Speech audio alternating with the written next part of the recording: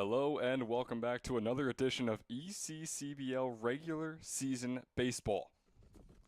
Here with you today, I'm Ben Chadwick as we have the Mercer Mammoths and the South Jersey Kings facing off in a doubleheader here on this humid and hot Wednesday night here at Mercer County College Community's baseball field, as this one is going to be grounded on by Jack Fitzpatrick out into left field for yet another single. Now, we come to you a bit delayed in this game. It was scheduled for 3 o'clock. They got a bit of an earlier start on us as we were acclimating to our new environment here at Mercer County College. So, to catch you up to speed, it's a top of the first inning. There's 2 runners on. Scully in on second for the Kings. Fitzpatrick just got on first with that single out into left field. And there's 2 outs on the board as well. Once again, it's Ben Chowder joining you. Luke Lendler will be with me momentarily for the remainder of this day, this doubleheader day, again, here at Mercer County Community College.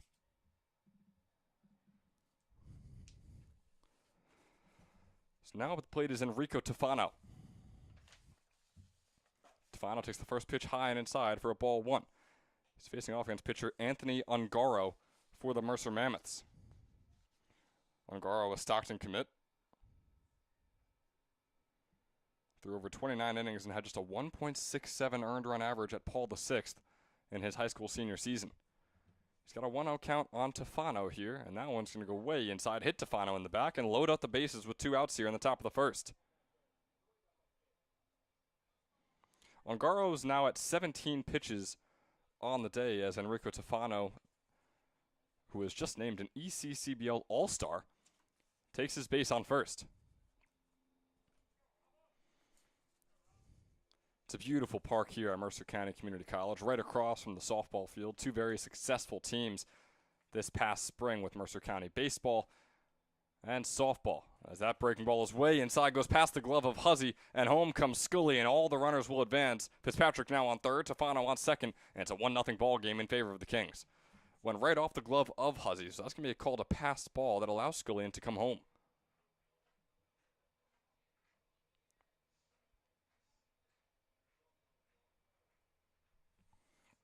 Up at the plate is Jordan Raba. Speaking of those Mercer County Community College squads, Raba was an unbelievable player for the Vikings this past spring. He has a 2-0 count now.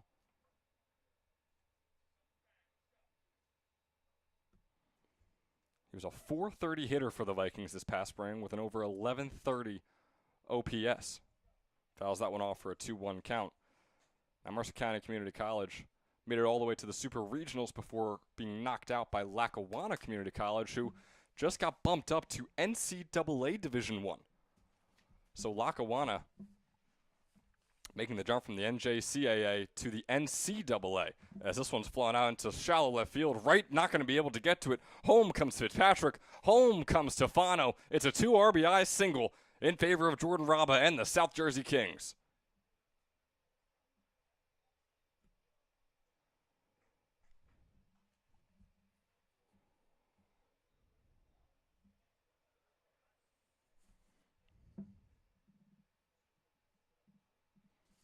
It is an interesting scenario out there for these left and right fielders where the left and right field foul lines end after the infield ends. They end on the end of the diamond here on this turf field. So it's a very interesting dynamic for right to have to deal with. Obviously, you're trying to catch the ball that's in the air regardless, but still it was tough for us to tell if it got down or not before our home plate umpire finally signified that, yeah, that one got down. And those 2 runs were able to score, and the Kings take a quick 3-0 lead. Reminder, they had 2 outs on the board with no runs scored here in the top of the first. Now they lead 3-0. It's a 2-0 count here on Brent Williams. Williams is going to foul this one off. Brent Williams was a 208 hitter. Is a 208 hitter so far this summer. Was a 306 hitter at Goldie Beacom in his freshman season. He has a 2-1 count here. Ongaro on the pitch, his 25th of the day. That one's going to be fouled off once again. Right back towards us in the press box.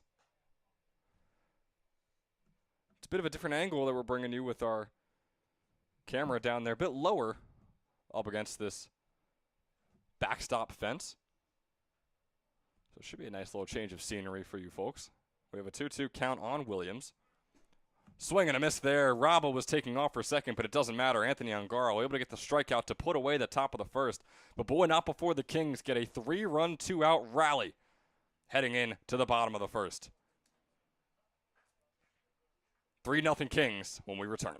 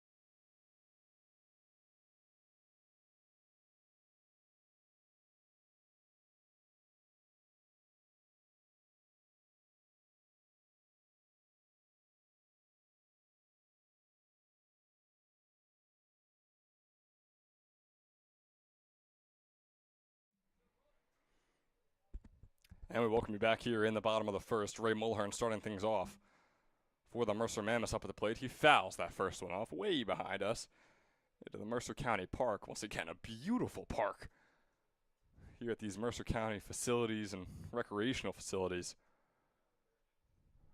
So some really nice scenery out here at the home of the Vikings. And then, like I said, right behind us with the Mercer County Community Park. So as that first one's fouled off, second one's just a bit outside. Off the hand of Chris Wolf, and again, another one of these ECCBL soon-to-be All-Stars. On Saturday, the day after 4th of July, is our ECCBL All-Star game out in Quakertown, Pennsylvania. Third pitch is high, bringing up a 2-1 count.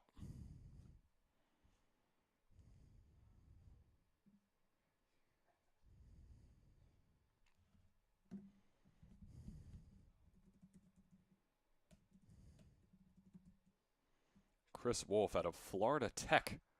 As this one's grounded by Mulhern over to the shortstop. Pedrick, the throw over to first, is going to bounce over the head of Scully, and Mulhern was not able to advance. So avoiding the error is Andrew Pedrick as Mulhern has to stay put. Would have been a real close call. Mulhern looked to be safe. He's going to get the single on that hit.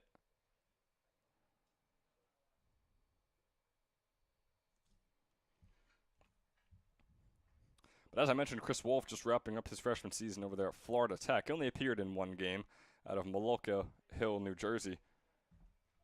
Another one of those ECCBL All-Stars we mentioned. And he's facing off against another one right here in the form of Jake Pope, who is back at his home here at Mercer County Community College. Just wrapped up his sophomore season and is headed over to Shippensburg for his junior campaign. First pitch to Pope is going to be a called strike one. Yeah, it's Mulhern on first, no outs on the board.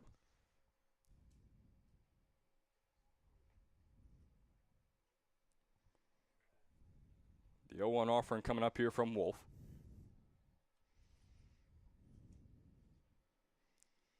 Checks over on Mulhern, throws in. The fastball is outside.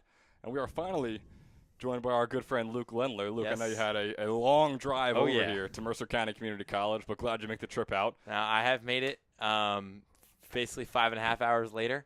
Left the great Steel City this morning. I actually drove by Shippensburg, Pennsylvania on my way across the state. Man, I-76 is just one of the highways of all time, dude. It's not good. It's not bad. It's windy, really, really windy in the middle part. This one grounded by Pope up the middle, and it's going to advance Mulhern over to second. So a couple straight hits for the Mammoths starting off the bottom of the first. They sure needed after giving up those 3 runs in the top of the first. So, Luke, just to catch you up to speed, we had a 2-out rally from the South Jersey Kings in the top of the first where they were able to score 3 runs thanks to a couple singles and 2 RBI single from one of their hitters. So now we come here in the bottom of the first where there's 2 runners on, no outs for the Mercer Mammoths.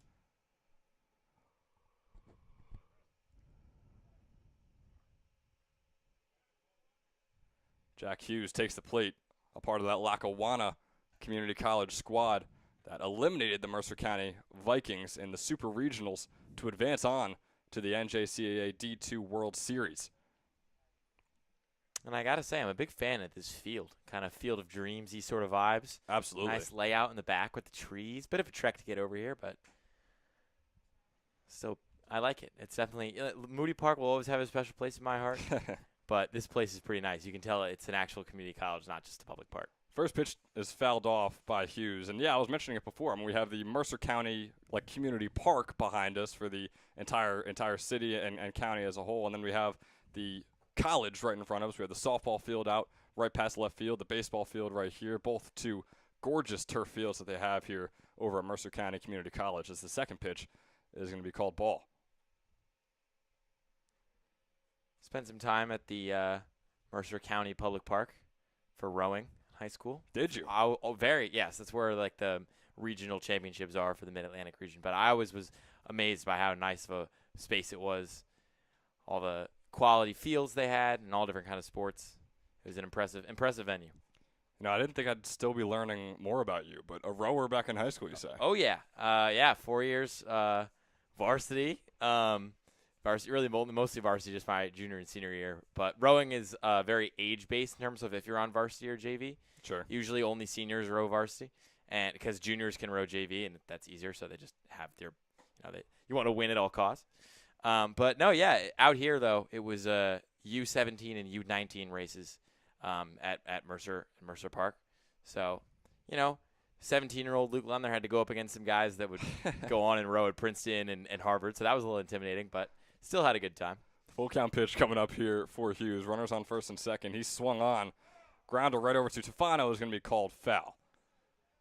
Now, I know you're over there at Arizona State. You just wrapped up your freshman campaign over there, I guess we'll call it, for our broadcasting tournament. So did you have to weigh Arizona State against all the D1 offers that you were fielding? So that's actually – I was thinking about this today while I was driving through because I was texting someone who's getting recruited right now to go row in college. I never wanted to row in college in high school. I was always like, I don't want to get up early in the morning, so I never tried to get recruited.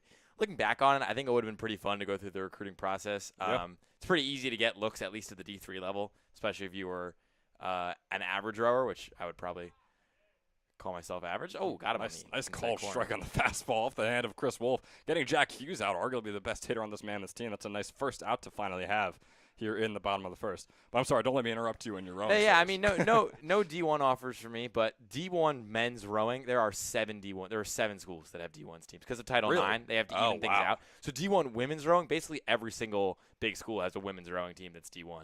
But there's only 7 men's rowing teams that are D1. Everything else is club.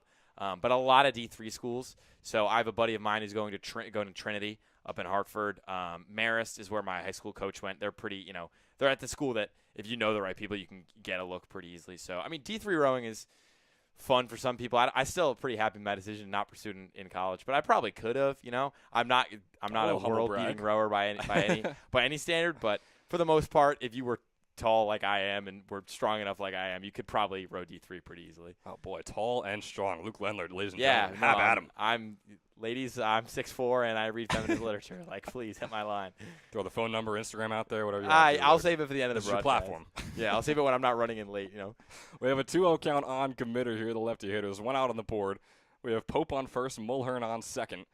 Here's the 2-0 offering way outside for a 3-0 count on Joe Committer.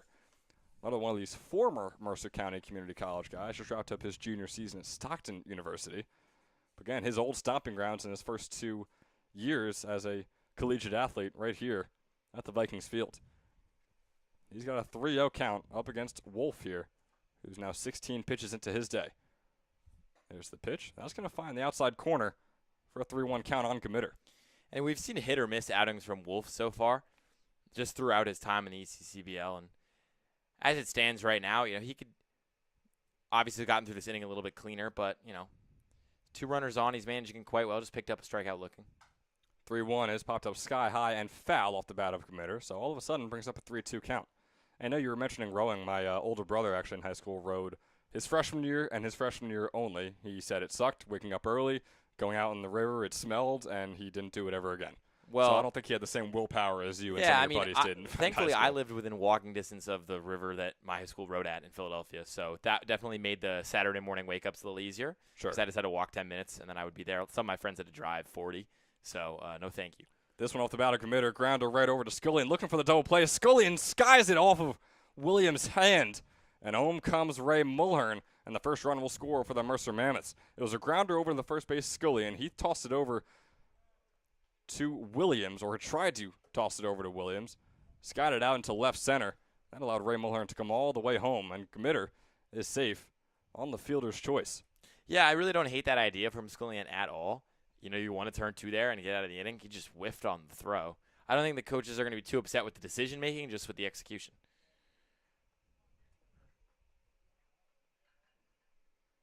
So now it's Pope on second, Committer on first. Still only 1 out to show for it here for the Mercer Mammoths.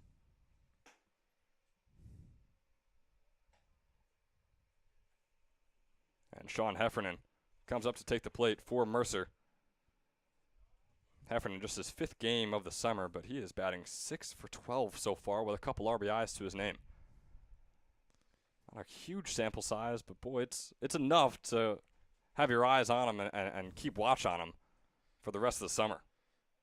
Heffernan, a Mount St. Mary's commit, just wrapped up his senior season at Burlington Township High School, where over there he was a .560 hitter in his senior season, so you don't really expect him to do it against college-level talent, but so far it has been the same story here in the summer. Yeah, you might call it like an insanity run or lightning in the bottle, but nobody's going to respect a guy less just because he's doing well. If anything, makes you respect him more. This one lined right over to the glove of Pedrick, looking for the double play, not able to get it. Committer and Pope get back safely, barely moving off their bases, but it puts out number 2 on the board for the Mammoths.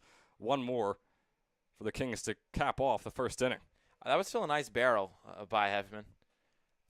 Nice ex velo on that, just kind of lined it right to Pedrick. It's short, so it's really not the worst thing in the world for him. It was good contact, and we've seen good contact from him in seemingly every single at-bat. Not a single strikeout for him just yet on the summer.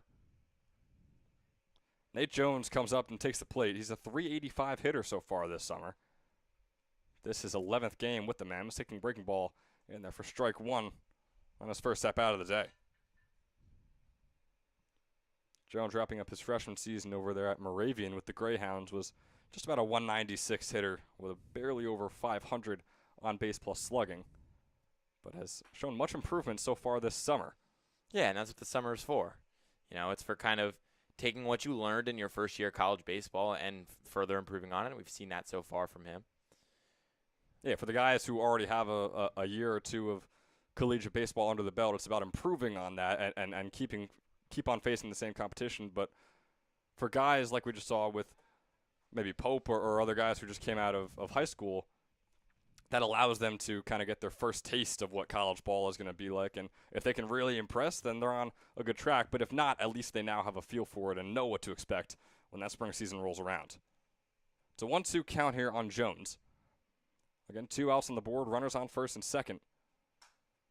That pitch in there, flat out into right field off the bat. Shallow right field. Giuliano chasing it down. It's going to be called foul.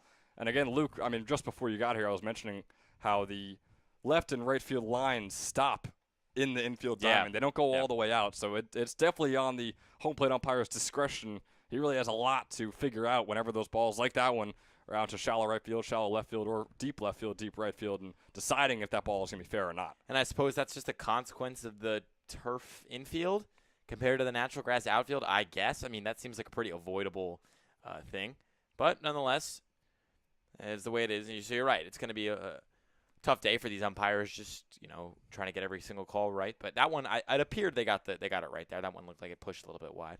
And in my experience, I was able to catch a couple games, not fully watch them, but I was able to see the Mercer baseball team play out here on this field. As this one's a chopper, grounded right over. Wolf going to grab it and make the toss over to Scullion at first, finally for out number 3.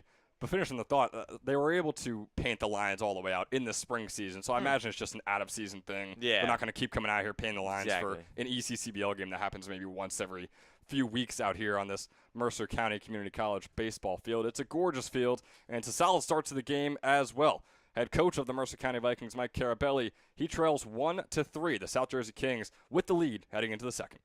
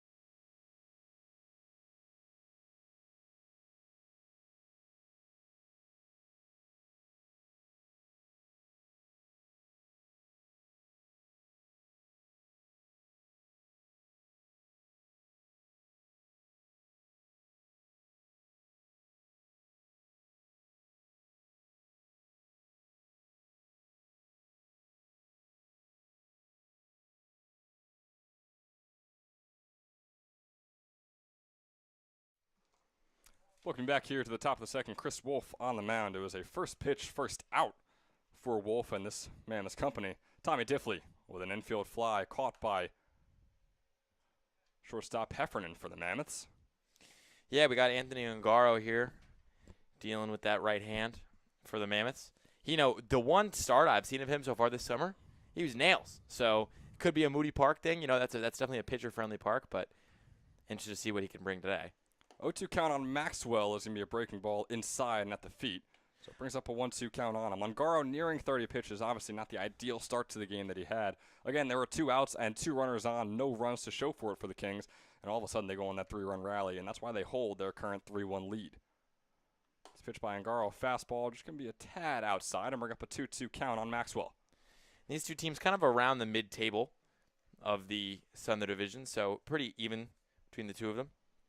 Obviously, the Mammoths in first in the South, but that's still a pretty tight division throughout. Maxwell puts this one out to shallow left field. Here come the white jersey of MJ Wright.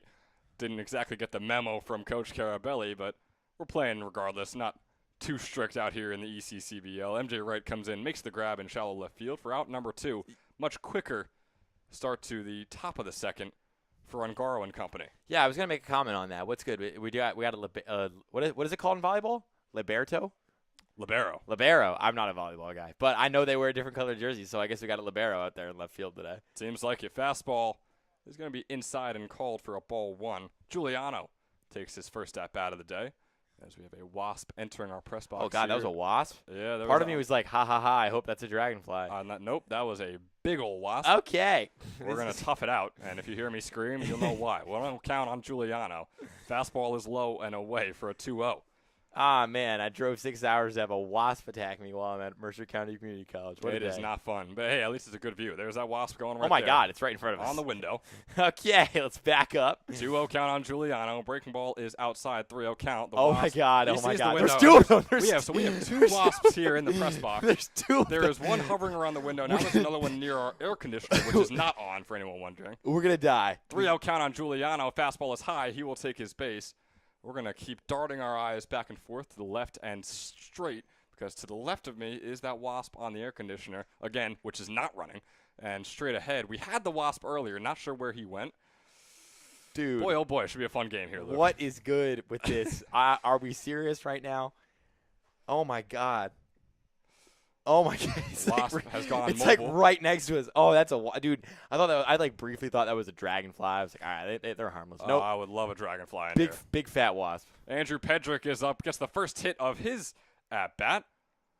The leadoff hitter for the Kings puts one out into center field. Whew. Every sudden movement from you We are scares me. dipping and dodging. The wasp is going back over the air conditioner. Pedrick finds himself on first. Giuliano on second. Oh, my goodness. Oh, my God, dude. You know, they keep flying in and out of the window. We gotta close the windows. I know it's hot in love here, terrifying us. but we gotta close the windows. Well, not while they're still Obviously in not here when they're with us. in here, duh. But like when one of them leaves, when one of them gets out, we gotta close the window. But they can't be like on the track when we close the window. Oh, that's terrifying, man. Just a tad bit. God. We move on. Tom and Zilla, another one of these soon-to-be ECCBL All-Stars, pops this one sky high. Gamitter going to chase it down, and it's going to go foul on the first pitch. Oh, my God. It's right in front of us. As the wasp is now nearing our laptop, we're going to close that window, not allow him in there. And we're going to close this Go. Close it. Close. Yes. There we go. Yes. We have only gone and done it. We have survived. Is this press box going to turn to a 125-degree sauna? Yes. Possibly, but it is well worth it. And Zilla pieces this one out to left field. Giuliano rounding third, coming home, making this a 4-1 ball game in favor of the South Jersey Kings. Andrew Pedrick returns back to second, and the RBI single off the bat of Dom and Zilla puts the Kings up 3. Distracted by the bugs in here, but don't let our freaking out distract you from a really nice piece of hitting in back-to-back at-bats. Those two singles on those early count pitches means they're seeing the ball really well. They're not trying to wait and kind of bank on his counter stuff. They're rather going at what Ngaro's best offerings are, and they're lacing them out in the outfield. We really got to figure out how this air conditioning works, I think. Between innings, I believe that is something that we are going to have to do, or else we might just have to deal with the Wasps again. Not sure how long we could string this one out. Scullion was the man with the first hit of the day for the Kings, trying to make it 2 for 2 as he fouls this one off out of the right field line. Danny Scullion, another one of these ECCBL All-Stars, and one of 4 home run derby participants coming up this Saturday. Scullion. My money's on him, I got to say. Yeah, he's got 2 homers already on the summer. 0-1 count, breaking ball, not going to be in there. Going to be a bit outside and low to make things a 1-1. Ungaro nearing 40 pitches on the day. Doesn't seem to be any arms warming up for either side at the moment. As here is the 1-1 pitch to Scullion. Swing and a miss there, brings up a 1-2 count. Finally, ahead in the count again is Ungaro. He's got guys swinging a lot of his early offerings. In my opinion, you got to use your counter pitches early. Throw them off their balance and then get your bread and butter stuff later on in the at-bat. We'll see what he's able to do right here on the 1-2 count. Loads up, fires. Breaking ball going to be outside and make things an even 2-2 with 2 outs on the board and 2 runners on. And Zilla on first. Pedrick is on second. So the even 2-2 pitch coming up here from Ungaro, his 40th of the afternoon. 2-2 offering, breaking ball outside, and yet another full count as the Wasps, boy, they are trying to get back in. They cannot, thanks to our efforts, but yeah, we barred them. But we might, I agree we with might you. have to open the window. Got to figure out how this AC works. I'm wearing a sweater I took from my grandpa's closet. It's drip, but this one grounded by Scullion over to the shortstop. The throw over to first for out number 3 is in there. Heffernan picks it up off the backhand, makes a throw over to Gmitter at first. And just like that, after one more run scores for the Kings, they lead 4-1, heading into the bottom of the second.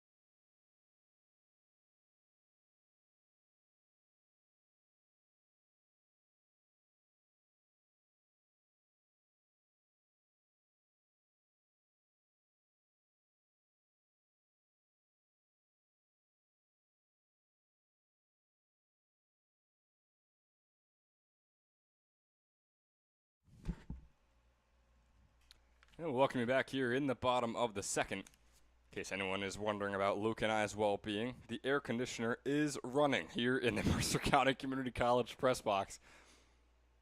By the grace of God, hopefully we can start cooling off down here, else those windows are going to have to be open. We're going to have to fight off those Wasps once again, which again is not a fight we were winning before we were finally able to get them out and close these windows. We got a 1-0 count on Tyler Huzzy, the catcher out there for the Mercer Mammoths. Chris Wolf out there for his second inning of work. Got a 1-0 count. Here is the 1-0 pitch. Wolf taking his time. Loads that one, fires it in. Fastball is low and away for a 2-0 count.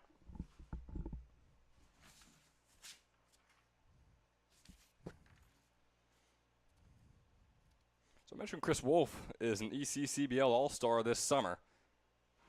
As he fires that one, finds the bottom right corner with the fastball for a 2-1 count.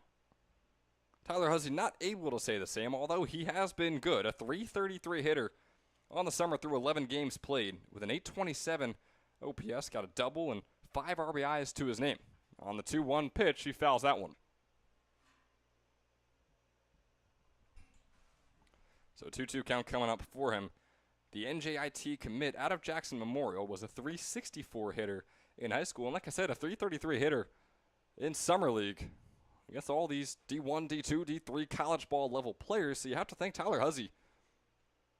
Might have a pretty solid experience and pretty smooth transition, I should say, into the collegiate baseball life.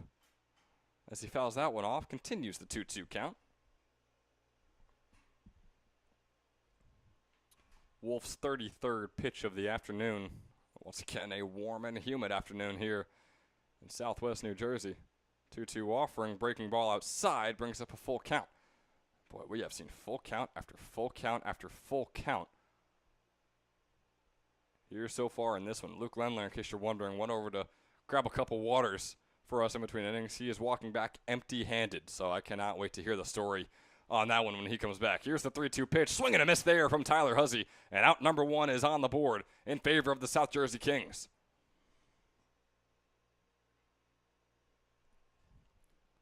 Tyler Huzzy striking out in his first at-bat. His 6th strikeout of the summer. It brings on Zanichi Steve, the 8th hitter in the order. A LaSalle commit, batting just over 200 so far on the summer, trying to improve that right here as he grounds this one. Goes off the glove of Williams, who laid out to make the grab. Wasn't able to. Steve is going to find himself on first. That is going to be a ground ball single. Williams had to lay all the way out for that. Would have been an extremely tough play if he was able to get up and fire it over. So in that case, ground ball single puts Zanichi Steve on first in his first at-bat of the game. And out here is the all-white uniform of MJ Wright stepping up to the plate. Yes, he is still a part of the Mercer Mammoths. He is not going to play for both sides. I know some of us did that in our middle school, elementary school days at recess. You had the permanent quarterback who would play for both sides, and Luke Lindler is back not empty-handed, so I stand corrected, Luke. The way you were walking back, I wasn't able to see those waters in your hands. The vending machine did not work, would not accept the money. However, I noticed there was a huge crate of water bottles behind one of the dugouts, and I might have just taken 2. All right, MJ Wright putting this one out to left field. That's going to be fair. Wright heading over to second. Are they going to say it's not fair? That ball landed inside. That was a fair ball. Fair. Yeah, I don't know about that one. That was definitely fair. MJ Wright, I mean, you hate to just full on with 100% certainty up here in the press box go against the call. I'm 100% certain that thing was fair. But that was a fair ball and would have been an RBI double, maybe triple for MJ Wright, depending on how he was able to hustle. Third base coach for the Mercer Mammoths, not happy, still not happy after that call. And Wright's going to have to step right back up to the plate. Hard to blame him either. Hard to blame him for being upset with that. So MJ Wright, rough going right there. He's got the 1-1 count. Steve on first, 1 out to show for it. Swings this one on to right field. Looks to be foul, and it will be foul. So a 1-2 count for him now. I'll tell you what, Ben Chavik, this water is schmacking. I ran out of water somewhere around Harrisburg, so this is lovely. And now if we see a Kings player pass out from heat exhaustion out there, we know who to blame. Luke Lemler stealing the water over there. The waters were like underneath where we're standing. They were in like the room underneath the press box. Oh, okay. So I don't think I took dugout water. I just might have taken like Thumbs water. Okay, but I bought them Gatorades once, man. All's fair in love and war. 1-2 count here. This one fouled off the bat of Wright. Wright is desperate to get a hit right now, especially after being gypped. I mean, if we're being completely honest, of what could have been a RBI double. So he's still battling here with the 1-2 count. Yeah, the jersey does look pretty goofy, though. It does. Hard to cut him slack on that. It's pretty goofy. I had to tell our viewers that, no, he is not going to be playing for both sides like maybe the permanent quarterback would in elementary recess or however some people may have played. So now he is just a Mammoth player today and for the rest of the summer. We got a 1-2 count here for Wright. Steve on first, 1 out on the board. There's the pitch, fastball way outside. Steve getting back in time. It was a nice toss over from Manzilla after Steve took a big lead. The pitch from Wolf was a bit outside, and Zilla had to make a good play on it, which is why Steve thought he might have a chance to advance to second on a wild pitch. It's a 2-2 count here. Wolf now over 40 pitches on the day. Both these pitchers not the most efficient to start this game. 2-2 count to Wright, who swings and misses, gets the strikeout, is visibly upset. You wonder if it's because of that last pitch or 4 or 5 pitches ago when he rightfully so should have had that RBI double again, maybe triple. But regardless, it's out number 2 on the board officially, thanks to the strikeout from the hand of Chris Wolf. And really, you can only play with the cards you're dealt. So a lot of props to Chris Wolf there for digging back in, not letting what was a pretty nice piece of contact rattle him for the rest of the at-bat, closed out the batter. And especially after that leadoff, sort of, I don't know if they ruled a single or an error. I don't know what you put in as a single or an error there to lead off or to get the first runner on. But yeah, a single with the one that grounded over to Brett Williams there on second base. Yeah, that was a tough play. So we counted that as a single. Yep. He's responded well to that single. Got one out and is ahead in the count right here with that swing and strike. Yeah, Will Heyman swing and a miss makes it an 0-2 count. This one skied out into center field. And Zilla had the gorgeous throw over to first, nearly getting Steve out. Not even close to getting Steve out there as he steals second base. But it's an 0-2 count here on Will Heyman. Couple swings and misses for him. Puts him way behind. Heyman has struck out 3 times so far in the 9 games he's played in. This is 10th with the Mercer Mammoths. Yeah, so I was at a Diamondbacks game this year because student tickets are $5. I was sitting in right field, and there's a fly ball out to the right fielder, Gurriel. Takes a pump, fires it. The ball goes about 8 rows deep beyond to the right of third base. And that might have been a better thrown ball than that throw down that we just saw. Here's the 0-2 pitch. This one swung on. Chopper over to Pedrick, the shortstop. He's going to pick it up, scoop it up, ground. Ball's out. The throw over to Danny Scullion for out number 3. And just like that, the bottom of the second is all said and done. South Jersey Kings enjoying a 4-1 lead, over the Mercer Mammoths heading into the top of the third.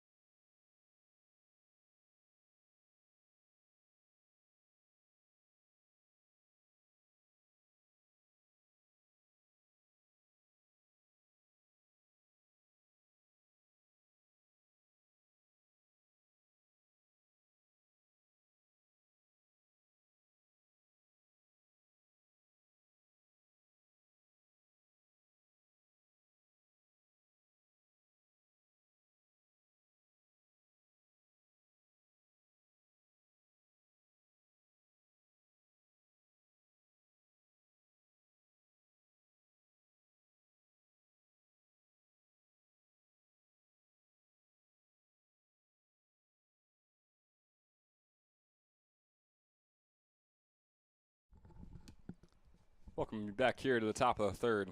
Bit of a wild start for Ongaro as he throws that fastball way off, nowhere even near catchable for Huzzy. And it starts things off with a 1-0 count on Jack Fitzpatrick. And in case you were curious out there listening, yes, we have opened the windows and the door again. We've got the AC to work, but it's just too hot today.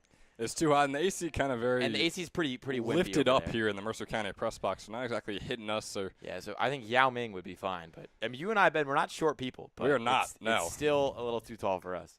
As this one from Fitzpatrick grounded right over to Gmitter, tried to barehand it, wasn't able to. It goes out into right field. I think we're gonna have to count that as an error on Joe Gmitter right there over there on first base. I don't know. That ball just took a really weird hop. It was absolutely a weird hop on a turf field. It is tough. Gmitter, that's a positioning issue you would have to assume. Again, it is in your hands there, Luke, so it's whatever you decide. Well, I gave him the error because you said we should. I don't know. Fair. I think if we had a third tie-breaking vote, I'd be intrigued to see what they say. I think that might be a single, but I will err on the side of Ben Chadwick being right, as per usual. But, yeah, I mean, you could see Gmitter literally just saw it, will go by him, and just put his hands down and looked up at the sky like, really? Like, we're doing this today? That ball just took such a funky – I mean, we're not even in Moody anymore. We're getting Moody hops.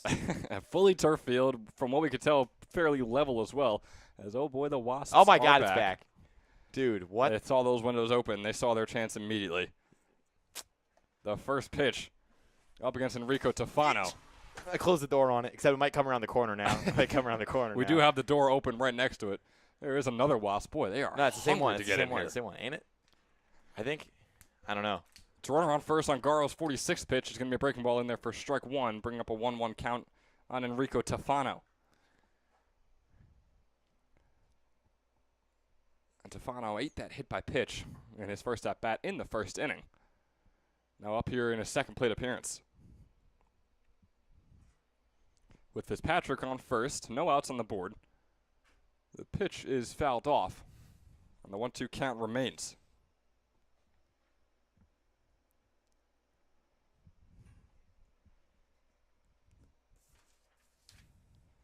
Rico Tofano wrapped up his freshman season at Franklin and Marshall. Only saw 8 at-bats, but went 4 for 8, so technically batting .500 depending on who you ask. And in those 4 hits, 1 was a double, 1 was a home run. So a guy who's definitely able to piece some way out there. Got a 1-2 count, grounds this one right over to third baseman Heyman. The throw over to second base. There's a collision between Pope and Fitzpatrick. Fitzpatrick gets out, so it puts another out on the board. The first of the inning. Safe over there on first base, though, is going to be Enrico Tofano, thanks to the fielder's choice.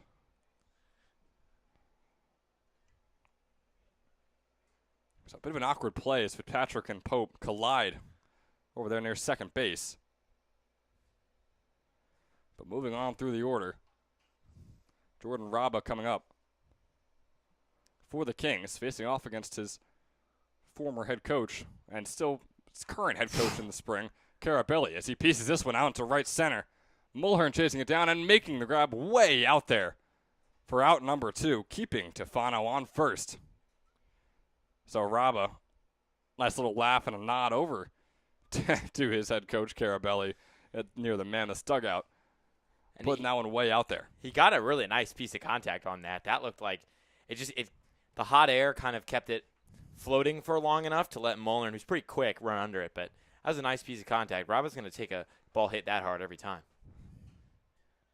Now stepping up, Brent Williams with another fly ball out into shallow right field. Znichi Steve, the right fielder, is going to come in and make the grab, wrapping things up here in the top of the third. So the Kings, for the first time, go scoreless in a half inning. They still hold that 4-1 lead heading into the bottom of the third, and we'll be right back with the bottom of the third after a quick word from our sponsor. Hi, my name is Dr. Philip Glassner. I'm a hip and knee replacement specialist at Mid-Jersey Orthopedics. We're a multi-specialty orthopedic practice with offices in Flemington, Bridgewater, and Washington, New Jersey.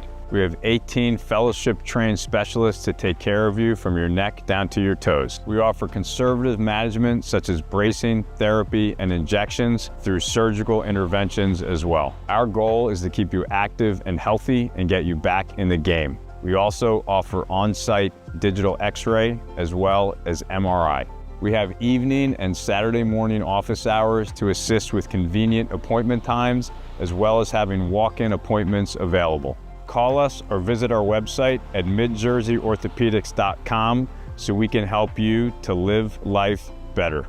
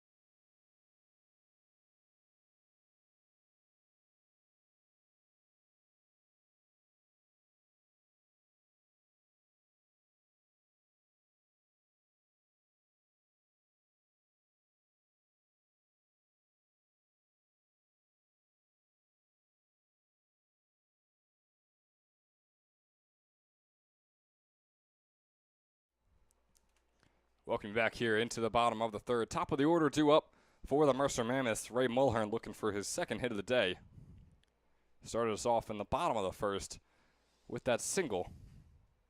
Looking for something similar here. Takes the first breaking ball, find that bottom right corner off the hand of Chris Wolf for a called strike one. Yeah, in between innings, we tried to figure out the wasp situation, and we broke off part of the nest. But we did. We've yet to be attacked, which is huge. Huge for our agenda.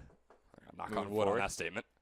Fastball is going to be inside, but in there for called strike two on Mulhern. So, yeah, the situation here in the press box, we have a wasp nest on each of the sets of windows. We have a set of windows to our left and a set of windows straight ahead. And on the corner of each of these windows is a wasp nest, 2 separate ones. Yeah. So but we got the door open at least. We do have the door open. There's no wasp nest over there. This one by Mulhern is going to be fouled off. I believe that got over. It did get past the backstop fence, and we'll go out into, once again, the gorgeous Mercer County Park. So the 0-2 count remains on Mulhern. An ECCBL All-Star. We'll see him on Saturday out there in Quakertown. Make sure you tune in Saturday as well, as we'll be covering all the action out there for the ECCBL All-Star game. And Ray Mulhern will be doing things just like that, but so will the catcher, or the center fielder, I should say, Jordan Raba.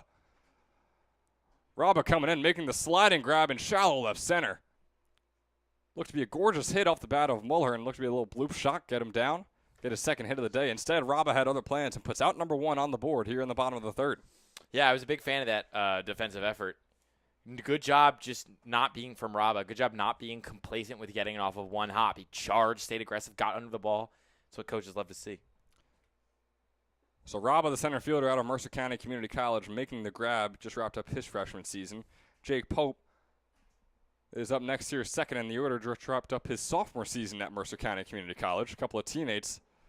See if they can make back-to-back plays. Pope swinging on the first pitch, got a 0-1 count. 1 out on the board. Breaking ball goes outside and brings up a 1-1.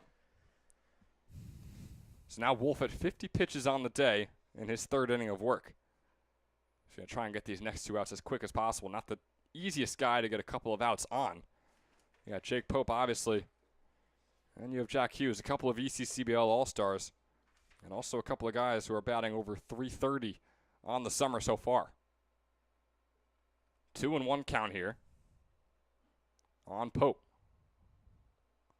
Another guy is looking to get his second straight hit of the day, as that breaking ball is going to be in there for a called strike two, bringing up an even 2-2 count. Jake Pope headed off to Shippensburg. As we mentioned, you drove by Shippensburg on your way, hustling over here. Yeah.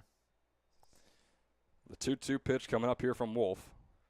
Lefty pitcher against the lefty hitter. This one swung on by Pope. Going to get down, maybe. Whoa! Instead, another grab will be made by Jordan Raba. Out in left center, Raba making 2 horizontal grabs for the first 2 outs here in the bottom of the third. Take a bow, Jordan Raba. Da-da-da, da-da-da. Send that one in for tonight's Sports Center. I mean, back-to-back hitters. He gets a great jump on the ball. That one was a lot harder than the first one. Just extends horizontally, gets that glove out, makes a great catch. Got a nice little fist pump of appreciation from his pitcher, too. A guy who was likely a mentor for him, Jake Pope, was on the end of the bat on that one. And Raba, a year younger, they both just wrapped up their past spring season at Mercer County Community College. Raba, the younger kid, showing him, hey, this is how it's done out there in center field, Jake. I know you're an infielder, but you come out to center field and you can watch and learn from me. 2 outs on the board. It's an 0-1, turns into an 0-2 count now here on Jack Hughes.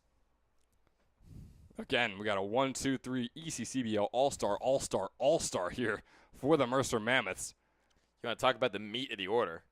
That's the meat of the order right there. Absolutely is. Jack Hughes just reigning Region 19 Player of the Year. Has no 2 count. Fastball is going to be outside, bring up a 1-2. And Hughes was a part of that Lackawanna squad that eliminated Mercer County Community College in the Super Regionals. And as I mentioned, Lackawanna advanced on to the NJCAA D2 World Series. Talked to Coach Carabelli. He was like, yeah, Hughes is a great player, but boy, do I hate Lackawanna, especially after this past spring season. This one's grounded right over to Pedrick, the shortstop. He makes a throw over to first, and just like that, 3 up, 3 down against the top of the order. Mulhern, Pope, and Hughes all go down against the left hand of Wolf. But really, it was the left glove of Jordan Raba out there in center field making those first 2 outs. Gorgeous plays from the center fielder. And then the shortstop, Pedrick, wrapping things up here in the third inning. So the Mercer Mammoths take the field once again after a masterclass showed by the South Jersey Kings defense. 4-1 Kings lead. They're trying to extend that when we come back in the top of the fourth.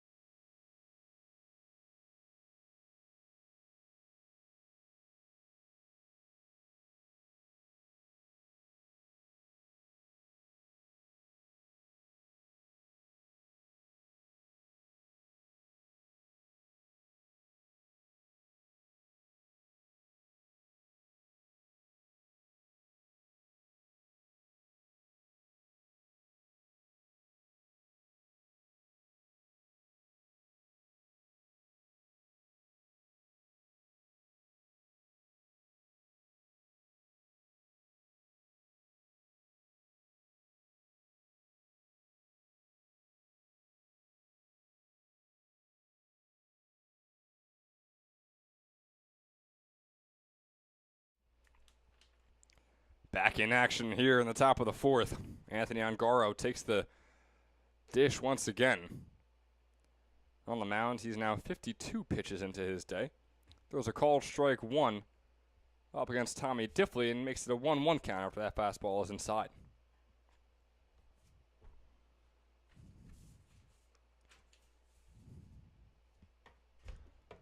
Still not able to see any arms warming up for either squad as that fastball is going to be low for a 2-1 count. Again, we're not fully used to calling games here at Mercer County's baseball field, but there do seem to be two very obvious warm-up spots for the pitchers, and no one taking them just yet. Diffley fouling this one off brings up a 2-2 count on himself.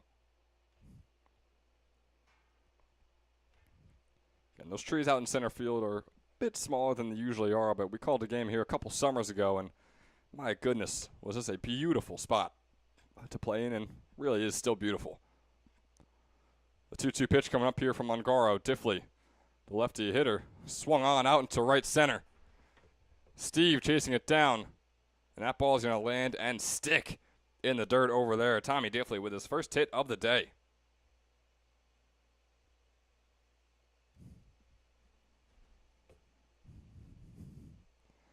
The Kings offense looking pretty solid so far here through three, and now already in the top of the fourth as Diffley starts them off right. It was the bottom of the order two up here in the top of the fourth as we move on to the ninth hitter of Zach Maxwell.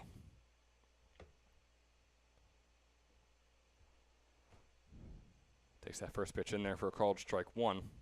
Maxwell looking to get on base for the first time today, as was Diffley before he was able to get that single out into shallow right center.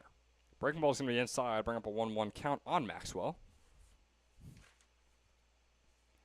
Wrapped up his freshman season at Drew University, was a .311 hitter there with an over 800 OPS. Not bad for a freshman. 4 doubles, couple triples, couple home runs as well. Fouls this one off. Bring up a 1-2 count. So far this summer, wasn't able to exactly replicate what he was able to do in the spring. Through 7 games, just a 136 hitter with just a 208 on base percentage and a 345 on base plus slugging. This one off the bat of Maxwell goes out to center field. Mulhern tracking it down, kind of moving back, then kind of moving forward, and then kind of, but no, he for sure made the catch for out number 1 here in the top of the fourth.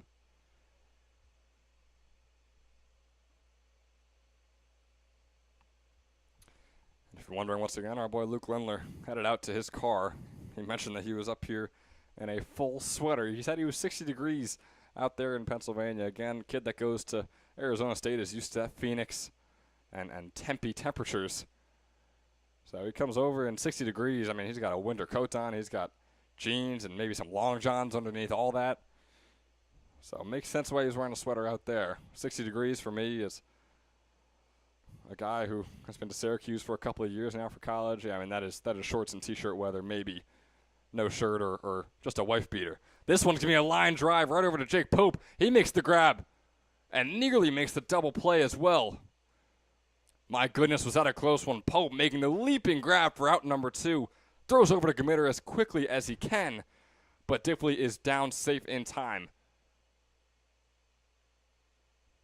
But boy, Coach Carabelli and company were questioning that, saying that, it might have been closer than you thought, ump.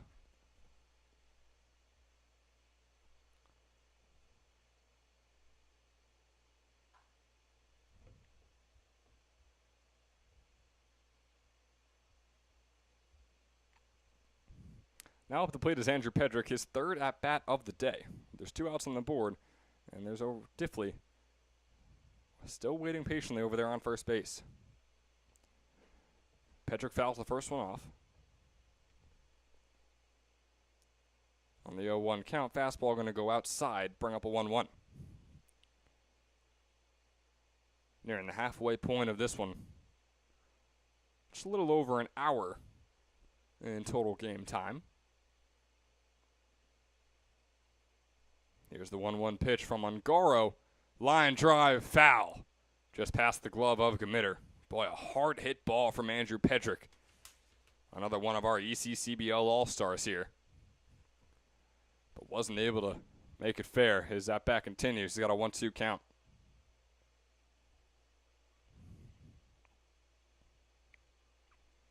One-two offering coming up here from Ungaro.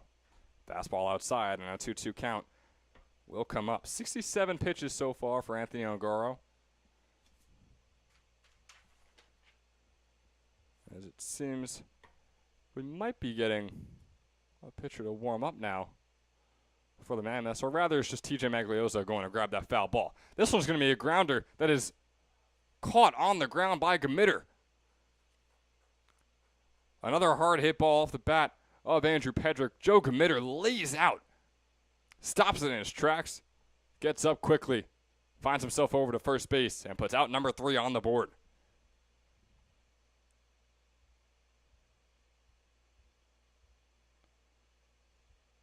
So now halfway through this one, the Kings holding that 4-1 lead over the Mercer Mammoths. They haven't scored since the bottom of the first. We're going to come back here in the bottom of the 4th and see if the Mercer Mammoths can make this a bit of a closer ball game. Coach Carabelli and his squad are up next when we return in the bottom of the 4th.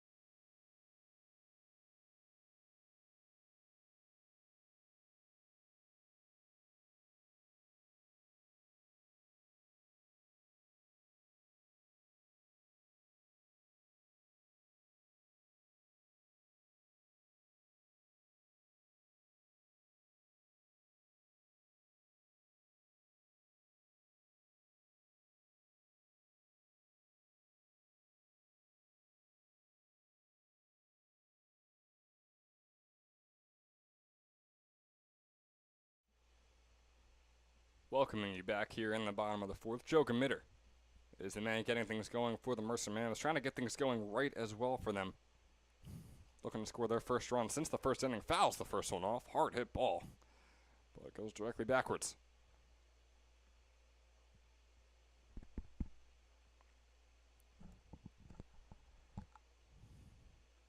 Once again, we are here at the Mercer County Community College baseball field. So that breaking ball is going to be way high.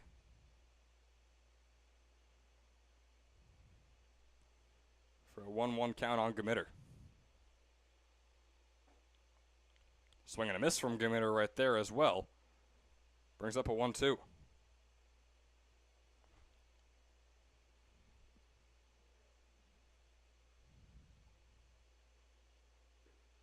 That breaking ball is going to be outside, bringing up a 2-2 count.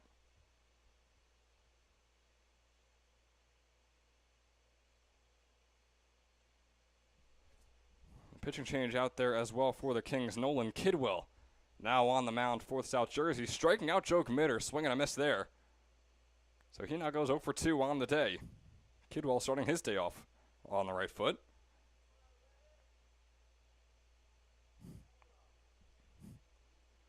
That brings on Sean Heffernan. He dropped below 500 on his last at bat. So Luke Lendler out of breath returning here to the press box. First pitch to Heffernan is pieced out into right center. He's going to be chased down by Giuliano, and Giuliano will make the grab in right center field for out number 2, and a quick out number 2 here in the bottom of the fourth. There are some people out there playing tennis. Nope. How? Absolutely not. How? Literally how? I love tennis to death. I'm standing How? in a press box, and I'm sweating bullets. I don't know how people play tennis, much less play tennis on a hard court. Oh, my goodness. I am it's hot out there, man. Happy. Yeah, hey, you and I are twinning now. We're both wearing orange. I had a rule that I would wear a collared shirt or a nice sweater for every single game this year. I guess, did I hit the minimum? I feel like I hit the minimum for time wearing something nice before. I believe you would. Nate Jones is going to hit Kidwell's glove right here. Line drive over to him. Bounces off the glove, and he'll find himself on first base thanks to the single right there. So good positioning and aim right there off the bat of Jones. And Tyler Hussey takes the plate once again.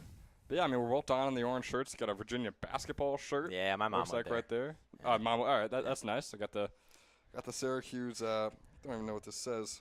I got Defend Our House. Dude, I got Defend tons of Our Syracuse House. merch, too. I grew up in a house divided in the ACC. My dad went to Syracuse. Wow. My mom went to Virginia and then went to Duke for business school. So lots of ACC basketball running through the veins of my household. And your dad was able to see some successful ACC basketball from Syracuse as well, something I haven't been able to say in my 2 years with the Orange, as Nate Jones is going to advance over to second base. The wild pitch from Nolan Kidwell will advance him. Tyler Hussey has a 2-0 count now. Yeah, well, they were in the Big East when he was there.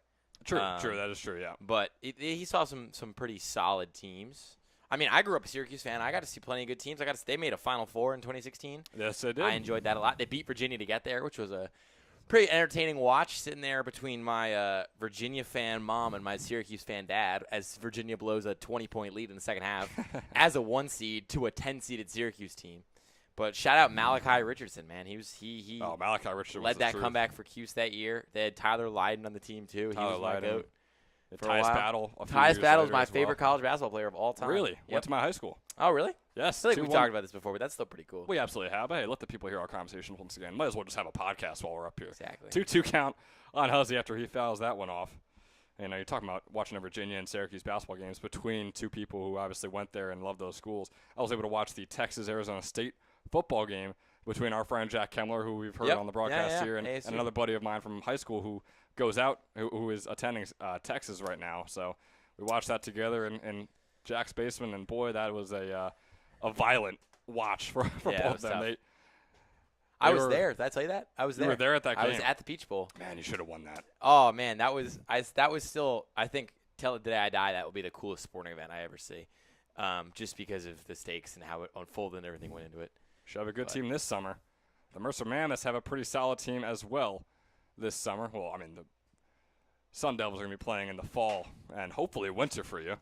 Yeah, I mean, I'm pretty confident in this team. I think there's a real chance they go undefeated and win the Big 12 again. I really do. Yeah. Their hardest game is going to be Texas Tech, and they get them at home. You have the best quarterback receiver duo in all of college football, I would say. I think Sam Levitt and Jordan Tyson are the best duo out there. I'll take it. Maybe not the best quarterback and best receiver in college football, but putting those two together is unstoppable. Moving on through the order, Sanichi Steve, a little bloop shot, is going to get down and fair right over the head of Enrico Tofano. It's going to bring home Nate Jones. He's rounding third and heading home and making this a 4-2 ball game. The Mammoths crawling back, cutting down the Kings lead to just 2 here in the bottom of the 4th. Sanichi Steve goes 2 for 2 today and now has an RBI single to his name on this hot and humid afternoon at Mercer County Community College. That's how you really give yourself some potential more playing time moving forward. You know, Steve hasn't featured a lot yet for the Mammoths this year, but if he's going to hit like that with runners on, hard to take him out of these games. So Steve's hit MJ Wright. What we say it was the Libido? I don't know what it is. I think Libido Roberto. I don't know. I don't know what it is. I'm not a volleyball guy. I'm really not. We got an 0-1 count on Wright as he swings and misses at the first. Again, donning that all-white uniform, swings and misses at the second as well. Brings up an 0-2 count on him. Steve on first, Hazy on second. Wright looking to get on base for the first time today. This is the 0-2 pitch from Kidwell. Breaking ball is just barely fouled off. Could have been a dangerous 1-2-3 strikeout right there. But Wright staying on it and staying alive.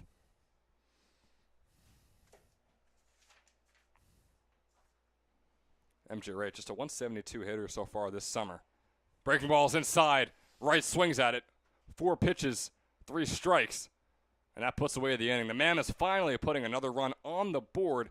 It was only 1, though. So the Kings still enjoy a 4-2 lead heading in to the top of the 5th. And we'll see you there.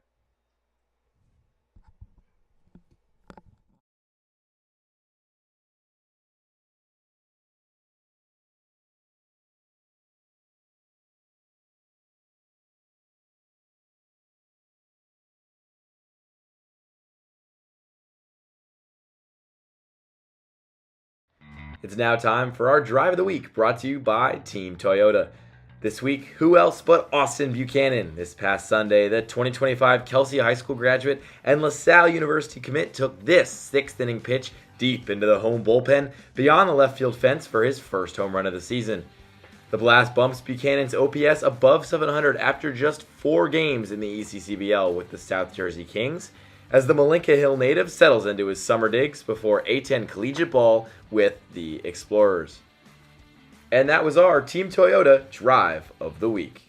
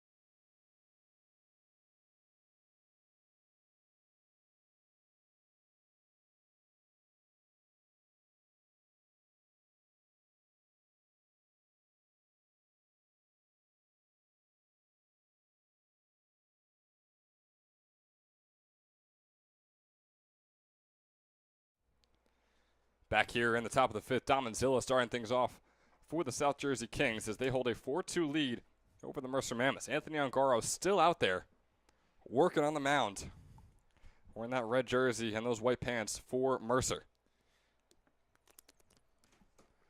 Ongaro now 70 pitches in as this one's a slow and shallow grounder. Ongaro going to pick it up and make the throw over to Gmitter for out number 1 here in the top of the 5th on Domanzilla. And listen, I know Ongaro gave up those runs early on, but there's something to be said for a guy who's going to eat innings like the way he's been doing. I mean, you're still trotting him out there. He's really settled in these last few innings. That 2-out rally in the first, they gave up 3 runs. Other than that, put up back-to-back scoreless frames. Gets a lot of contact, throws a lot of strikes. Hard to hate what he's offering you. Yeah, and only 70 pitches as well. This is his 5th inning of work. He's got 3 earned runs to his name. Again, that one error caused the one unearned run, as that breaking ball is going to be outside.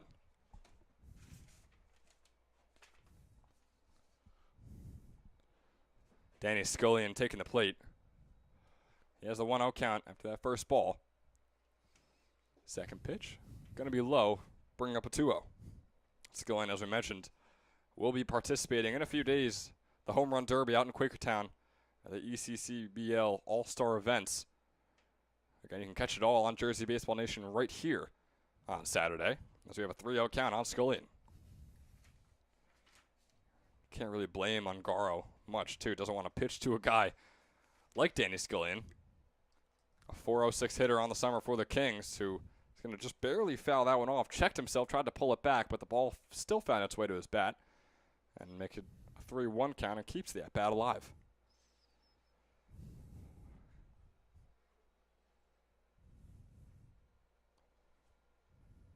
So Ongaro's 75th pitch of the afternoon coming up here. The 3-1 offering. Outside, and Scullion will walk himself over onto first base. I'm intrigued to see what Fitzpatrick can do here. He's reached already on a single. At this point of your Ongaro, you got to feel like it's probably going to be your last frame. Got to start gutting stuff out. But the worst thing you do is leave something hanging or not put enough heat behind a fastball.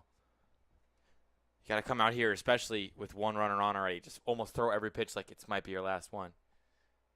Exhaust all your options. Does seem to be an arm out there working out for the Mammoths. Having a bit of trouble trying to tell exactly who it is. But once we are able to, we'll obviously let you know. But yeah, I think you're right. It does seem to be the last inning of work for Ongaro as Fitzpatrick puts this one out to right center. Being chased down by Steve. It's going to get passing over Steve. Scullion rounding second, heading to third, and will stay put on third. The double for Jack Fitzpatrick. His second hit of the day. His first extra base hit of the day. Nice, really nice piece of contact there. Saw that thing the whole way, squared it up, ripped it nicely into the gap. This isn't a field as big as Moody's, but the same concepts still apply. Find the gaps in the outfield and get yourself to extra bases. The 4th double of the summer for Jack Fitzpatrick. Again, another one of these ECCBL All-Star hitters on this South Jersey Kings squad.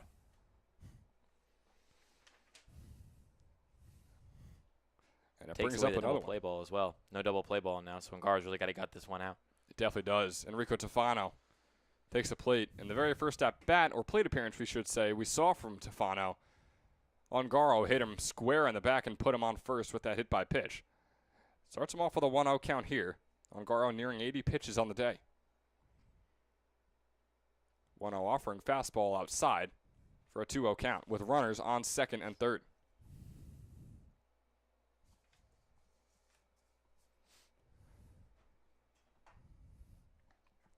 Enrico Tefano, a .295 hitter on the summer for the Kings. A .607 on-base plus slugging as he grounds this one foul just past the left field line. So a 2-1 pitch coming up for him. Again, a guy who only saw 8 at-bats in his freshman season at Franklin and Marshall, but did go 4 for 8 with a double and a home run. So really making the most of it from the little playing time he saw in his freshman campaign. He has a 2-1 pitch coming up here. Breaking ball is going to be outside and bring up a 3-1 count. That one was tight. I think that one really could have gone either way. I know it ended up on the edge of the other batter's box, but I think it kind of got there after it crossed the plate. So that really could have gone either way. Tough ball to get if you're Ongaro right now and you're just trying to get off the mound. Ongaro going to try and take care of business right here. He might be able to do so. It's going to be a shallow fly ball chased down by Mulhern. It's going to come all the way inside. Off goes Scullion home. The throw from Mulhern. Nearly in time. It's a close call, and Scullion is safe. The throw from Ray Mulhern took one bounce, and that was the killer. Right there for the Mammoths. Scullion able to come home. Makes this a 5-2 ball game in favor of the South Jersey Kings. Fitzpatrick staying on second. Nice insurance run to get. Really, he could have had him there. Mullen could have had Scullion down there at home if he just threw it a little bit closer to the plate. Fortunately, made Huzzy kind of go across, get it, and then come back the other way. Because, Scullion can move for a big boy, but he's still a big boy. He's not exactly light on his feet. So could have gotten him at home with better timing. Definitely an athletic big guy out there for the Kings. Like you said, yeah, it was a shallow center field ball. So a lot of guys would have had a close call on their race to home. Scullion was another one of them. Jordan Raba is up at the plate. He has a 2-0 count. On the turf that he knows best, just wrapped up his freshman season right here at Mercer County Community College. As he fouls this one off and brings up a 2-1. And Raba's spring looked a whole lot different than his summer is looking right now. Was a .430 hitter with an over 1,100 OPS and 19 doubles for the Vikings. That led the entire team. And this summer, just a .160 hitter with a .250 on-base percentage. He puts this one sky high, being chased down by Heyman, and it's just going to barely be foul right past the fence, maybe a couple inches past the fence. Heyman didn't really want to put his body on the line there. You can't exactly blame him. It would have been a physical catch if he was able to make it. So the at-bat and the top of the inning will continue. Rava with the 2-2. Ungaro, over 80 pitches, his 85th coming up right here. The even 2-2 offering. Swung on by Raba. Can it get past? It cannot. Pope corralling it, making the throw over to first, and it's way inaccurate. Fitzpatrick rounding third, comes home, makes it a 6-2 ball game. Raba advances to second on the error. So the teammates going at it on the race to first base.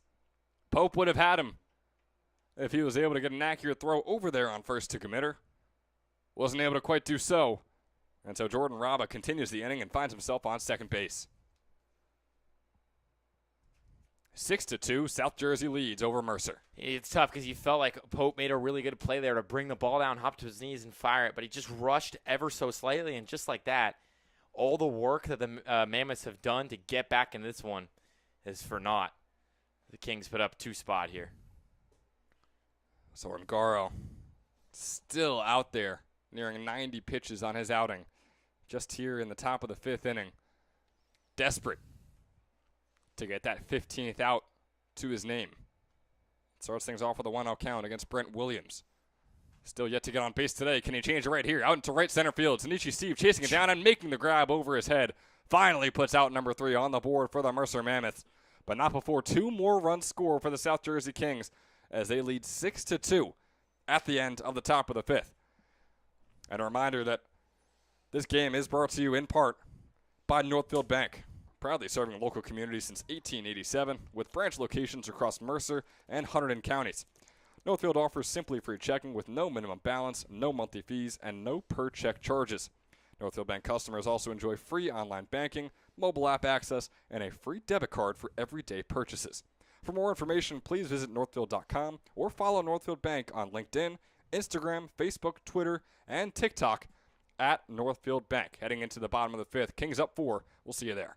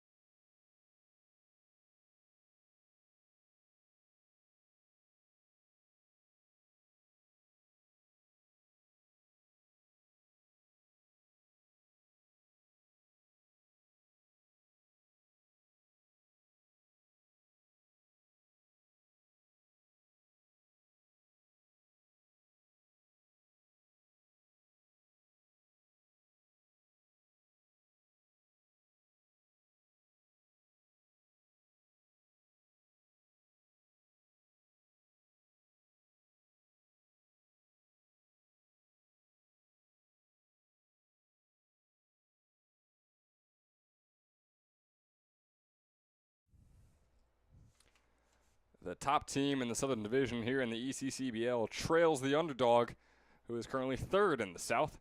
The South Jersey Kings with a 6-2 lead over the Mercer Mammoths as we enter here into the bottom of the fifth. Nolan Kidwell back on the mound for his second inning of work.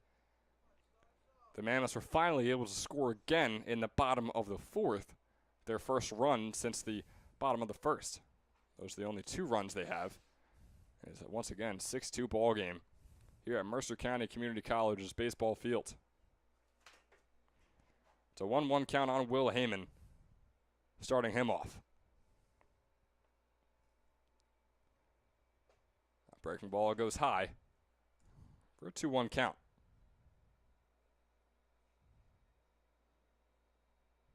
Heyman looking to get on base for the first time today. 0 for 1. And takes that ball inside as well, bringing up a 3-1.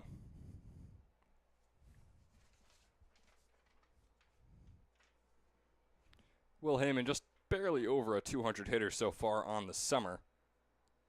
In his freshman season at DeSales, had a similar average, was 231 in the spring, is now a 217 this summer. That breaking ball is going to go a bit too high. Heyman's going to take his base. It was actually off the glove of Vanzilla as well, but obviously with no one on, not much able to happen there. The walk is the walk. It puts Heyman on first and continues on through the order.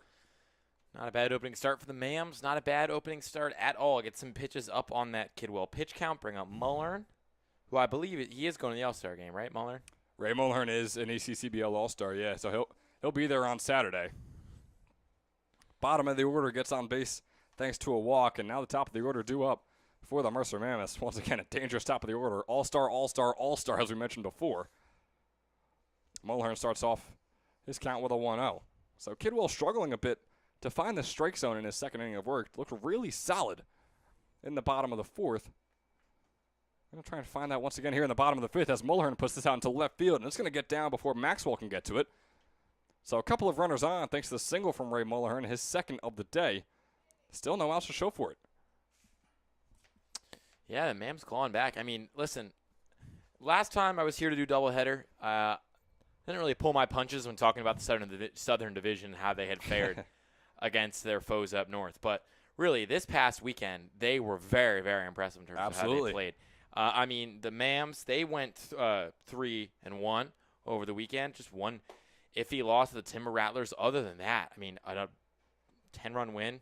Excuse me, they were 2-2. But other than that, still splitting both those series elsewhere in the Southern Division. The Kings, they took care of business. You know, when you're going to play the Express, who are far and away the worst team we have. Yeah, the new team here in the ECCBL has struggled in their first and inaugural season. But you just got to take care of business. I mean, the Gens, the Caps even picked up some wins. The Southern Division really had a prove-it weekend, you know. They were kind of on their heels, and they came back with some big wins, some big splits, a couple sweeps. And it has my eyebrows raised, and it has me a little bit intrigued for what we're going to look like in terms of postseason play when these leagues start really facing off against each other. As it should. Jake Pope has an 0-2 count right here, the lefty hitter.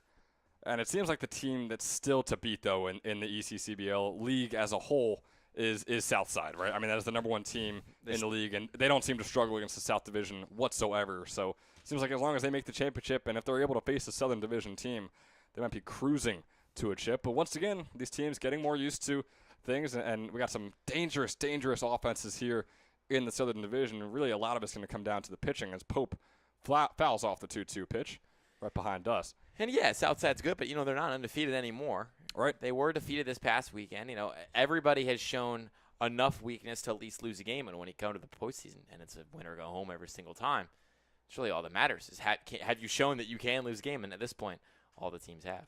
Pope grounds this one, not going to get past Scullion. Can he make the throw over somewhere? He cannot. So Scullion makes the grab. There's no one there for him to throw to at first. Heyman was already well safe on third, as was Mullern on second. And just like that, the bases are loaded based on a bit of a, I don't know, you could say miscommunication, mispositioning from the Kings. Really, more than anything, was a really, really nice jump by Scullion. So he got there, you know, before anybody else had a chance to get over and cover the bag. You'd obviously like for Kidwell to get over and cover the bag quicker than he did. But nonetheless, it was a play by Scullion that I don't think a lot of people were expecting him to make. And as a result, his teammates weren't really there to back him up. But if you're the Mammoths, you're within striking distance already. Nobody gone, bases loaded. Yeah, tying run is Jack Hughes. He's up at the plate right now. They trail by 4. Bases loaded, not a single out here in the bottom of the 5th. Quick mound visit from Coach Tyler to his pitcher, Nolan Kidwell. It was just a bit over 25 pitches, and you mentioned, Danny Scullion had a great jump. So did Jake Pope, hustling over there to first base, which is why the Kings really weren't able to make a defensive play on that. He gets the single, advances the runners. Interesting situation here. If you're the Mammoths, you're expecting a run. You're hoping for 2, 3, 4 in this inning alone. Yeah, even 6 or 7 would be great if you're the Mammoths at this point. Just any big number that can get you right back in this game and give your bats a further chance to either add on runs or keep things close as we go to 7 innings. So at this point, you're only got, if you're the Mammoths, you got 9 outs to play with. They have a home run derby contestant up at the bat with the bases loaded, and they trail by 4. Can't get much more storybook than this. Again, just a mid-season, regular season game here at Mercer County Community College. Game 1 of the doubleheader between these two teams as that fastball is down low for a 2-1 count. But Jack Hughes, a bit of a cold streak lately, and it continues in this game. He's 0 for 2. But on the season as a whole, a .436 hitter leads the team in on-base percentage and OPS as he grounds this one foul for a 2-2 count. And he put up similar numbers at Lackawanna as well. The same exact average, actually, in the spring. He currently has, this summer, .436 hitter. But at Lackawanna, 561 on-base percentage and over 1,300 OPS. Both of those led the entire squad on their way to the D2 World Series. Battles that one off once again.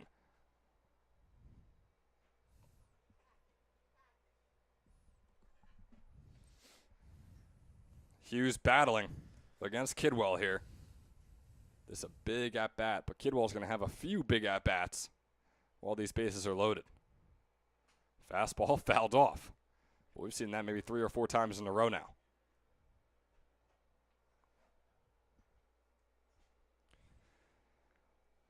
The Kings sitting at 7-10-1 in the Southern Division. That puts them at 3rd behind the Generals and the Mammoths, who are first with their 10-6-1 record. But they currently trail by 4 against South Jersey. Another pitch to Hughes is going to be a breaking ball high and bring up a full count. Hot summer's day here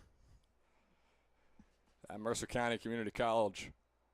3-2 pitch is going to be inside and will walk in a run. Jack Hughes with the RBI walk. Will Heyman's going to come home. Mulhern advance on to 3rd. Pope on 2nd.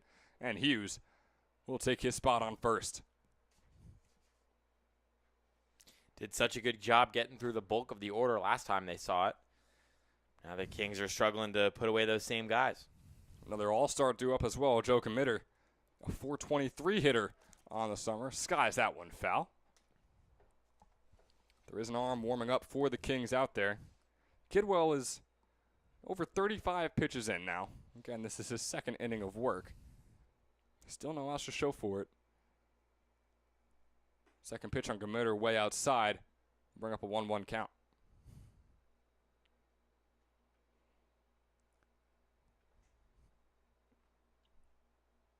Joe Committer, the leading hitter on Stockton in his junior season, a .405 hitter for them in the spring. As that breaking ball is going to be grounded right over to Brent Williams, looking for the double play. The toss over to 2nd, out. Toss over to 1st, out. Williams to Pedrick, getting Hughes out. Pedrick to Scullion, getting Committer out. And now there's 2 outs on the board. But not before one more run scores for the Mercer Mammoths in the form of Ray Mulhern.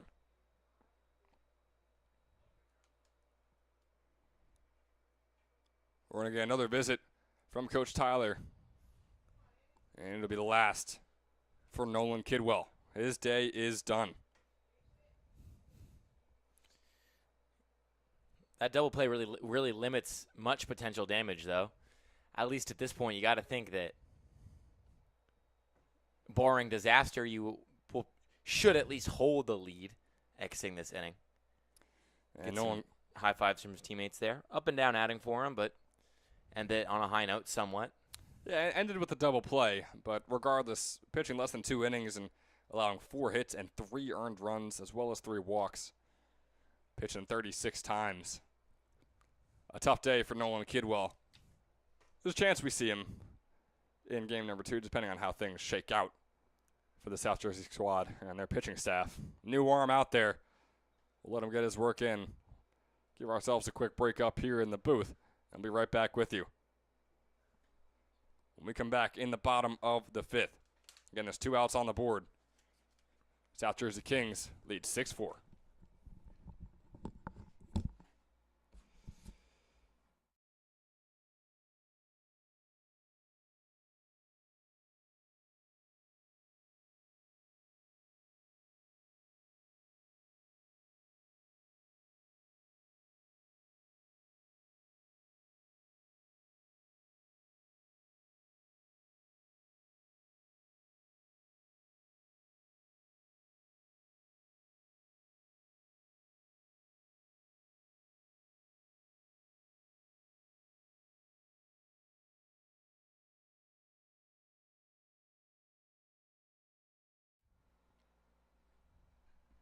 And just like that, we come right back.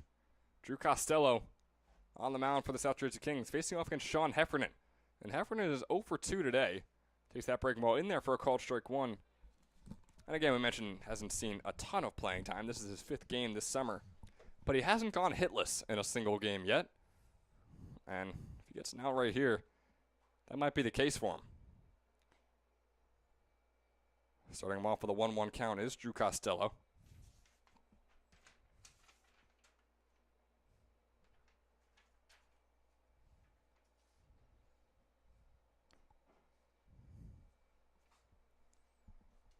Fouling that off is Sean Heffernan. Now bringing up a 1-2 count.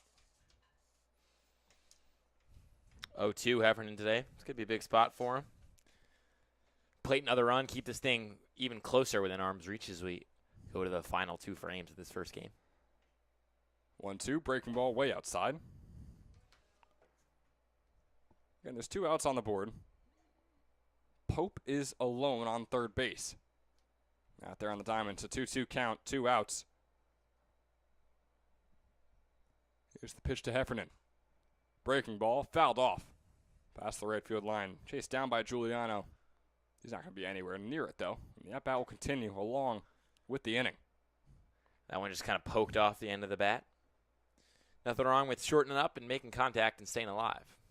The Mammoths have 7 outs to work with and 2 runs to make up. The tying run is at the plate right now in the form of Sean Heffernan, who also is searching for his first hit of the day. Can he get it right here? A chopper over to second baseman Brent Williams, and it's an easy, lackadaisical throw over to first, putting away the bottom of the 5th.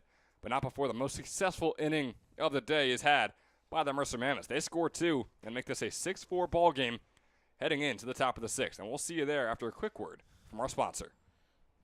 Hi, my name is Dr. Philip Glassner. I'm a hip and knee replacement specialist at Mid-Jersey Orthopedics. We're a multi-specialty orthopedic practice with offices in Flemington, Bridgewater, and Washington, New Jersey. We have 18 fellowship-trained specialists to take care of you from your neck down to your toes. We offer conservative management such as bracing, therapy, and injections through surgical interventions as well. Our goal is to keep you active and healthy and get you back in the game. We also offer on-site digital x-ray as well as MRI. We have evening and Saturday morning office hours to assist with convenient appointment times, as well as having walk-in appointments available. Call us or visit our website at midjerseyorthopedics.com so we can help you to live life better.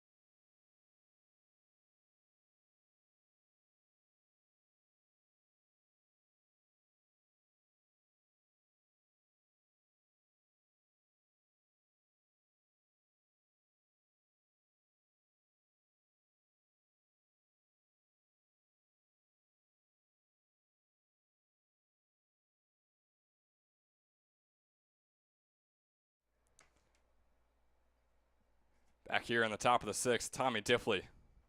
Back out there, his 3rd at bat, and still out there is Anthony Ongaro for the Mercer Mammoths, nearing 90 pitches on the day. His first one to Diffley is going to be a fastball outside. And look, we saw a funny little situation happen while we were standing outside. That was pretty funny. Yeah. Seems like the relief pitcher for Ongaro just showed up to the game for the Mammoths, and Coach Caraballi said, hey, you got to go warm up, and he was laughing it off like, all right, Coach, chill out. He's like, no, you got to go warm up. He's like, are you serious? So he's going to head out there and warm up. Yeah, you could hear his voice drop a little bit when he realized he was not quite ready just yet, but that's hopefully for his sake. Ongaro can keep battling out here and getting these balls and strikes and just keeping that pitch count high. Yeah, it seems like he was sort of hoping. It's going to be Ryan Mignona as well, was the guy we were talking about. Where he was wearing a backpack the whole time, couldn't exactly tell who it was with the not being able to tell the number. It's a 3-1 count right here on Diffley. But it seems like Coach Caraballi and company were thinking, yeah, Ongaro, we feel confident in him to go a whole game. Probably had like a 105, 115 pitch count. But with him already over 90 here in the top of the 6th, yeah, I mean, the first pitcher to show up that was supposed to be for Game 2, and Mignona might have been the starter plan for Game 2, is now going to go out there and work out his arm and try and get warm, and he'll probably have to come in fairly soon. As Ongaro out there with a 3-2 pitch, inside fastball, and walks Diffley. He gets on first for the 2nd time today. Yeah, tough opening at bat for the Mams just because they're relying on Ongaro to probably get through a batter or two here, or at least burn enough time. Nearing the 2-hour mark of our game here. Ongaro's fastball goes outside. And you wonder if we're going to see a strategic mound visit from Coach Caraballi possibly, just to give his relief pitcher a little more time, maybe take his time, force the umpire to come up there and tell him, hey, let's hurry it up over here. Entirely possible. It's Zach Maxwell up at the plate. Still looking for his first hit of the day.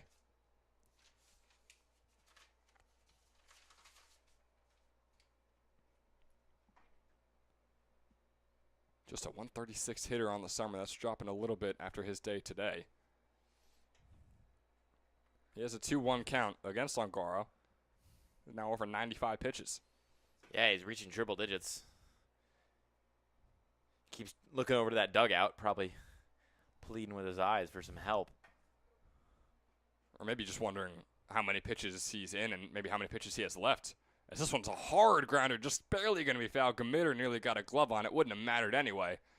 But regardless, good effort by the first baseman. That was almost danger. That thing sneaks into right field. You're looking at runners in the corners and a pitcher who's getting up to triple digits. He's 3 pitches away from it. Yeah, 105 would be my guess with that pitch count. We don't have confirmation. As that breaking ball is going to be inside and bring up a 3-2 count on Maxwell. 115 is usually the absolute max here in the ECCBL. So regardless, it's either 8 or about 17, 18 pitches left for Ongaro in this one. As this one's going to be a line drive right past the glove of Gamitter, and once again foul off the bat of Maxwell. Gamitter's had a couple close calls over there. Could have made the catch right there to put away the at-bat, but instead goes right past him and is out past the right field line. There is no right field line, but we're just assuming. So the 3-2 count will remain for Maxwell. Yeah, Diffley took off. I mean, Ongaro didn't even look at him. That would have been an easy steal. I honestly thought that Gamitter snagged it in the air and was going to turn 2. Here's the full count offering from Ongaro. Fastball swung on high, moonshot out into center field. Mulhern going to be able to track it down and keep Diffley on first as the first out of the board goes on for the South Jersey Kings. That brings Ongaro up to 100, but, you know, he's got 1 out. He's got a guy on first.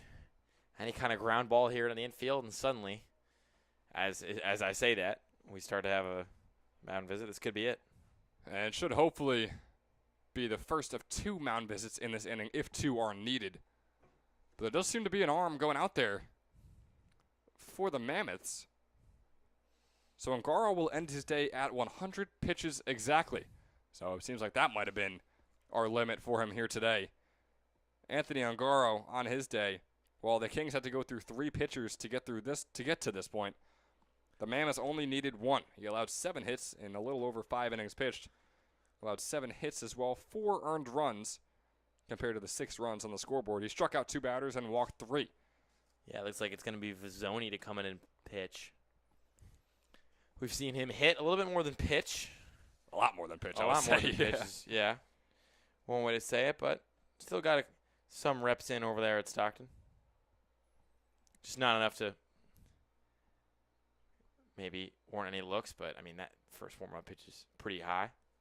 But at least it's not a warm-up pitch where you look at it and you're like, oh, this is a fielder out there on the mound right now, where they're just kind of lofting and hoping for the strike zone. But this really could be just a time filler for Mignogna, who doesn't seem to be warming up anymore. They seem to say, hey, Vizzoni is probably going to finish this one out for them, I would assume, as Mignogna heads back. And I would say would likely be our starter for game number 2, whenever game number 2 is able to get going, which is usually about 25 to a half hour after game number 1 ends. That's probably why he showed up when he did. He probably was told, hey, man, you just got to start game 2. He's thinking, if I'm starting game 2, I don't have to pitch in game 1. Yeah. Go to Wawa, get myself a coffee, get a little snack, show up, cheer on my guys last couple frames.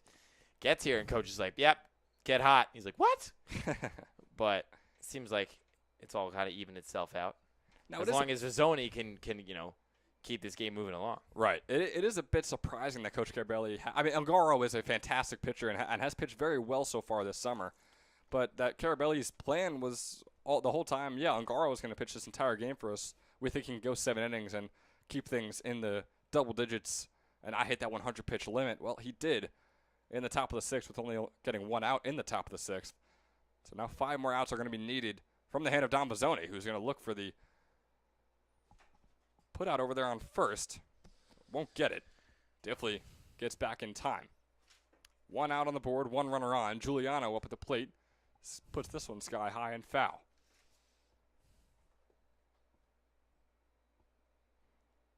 Matthew Giuliano is 0 for 1 today with a walk and is one of the 6 runs that has come home for the South Jersey Kings here today. Has a 1-1 count against Vizzoni. Puts that one in there. Vizzoni making the grab, looking for the double play. He'll absolutely get it. Dom Vizzoni. Boy, that's what you get. That's a fielder out there on the mound right there for the Mercer Mammoths. Nice solid fastball in there. Nice soft hit off the bat from Giuliano. Allows Vizzoni to make the grab and make the throw over to first for the double play, putting away the top of the 6th inning. Mercer Mammoths trying to keep that momentum going offensively and what they just had defensively when we come back in the bottom of the 6th. 6-4 Kings lead when we return.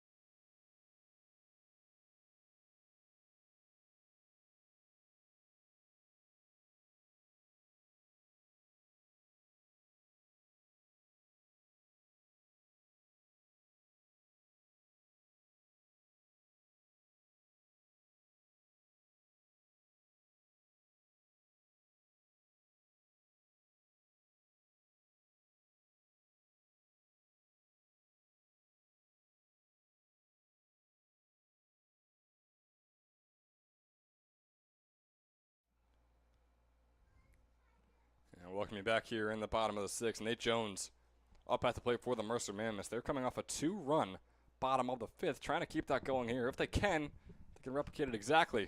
This game will be all tied up. Jones is going to pop this one up sky high.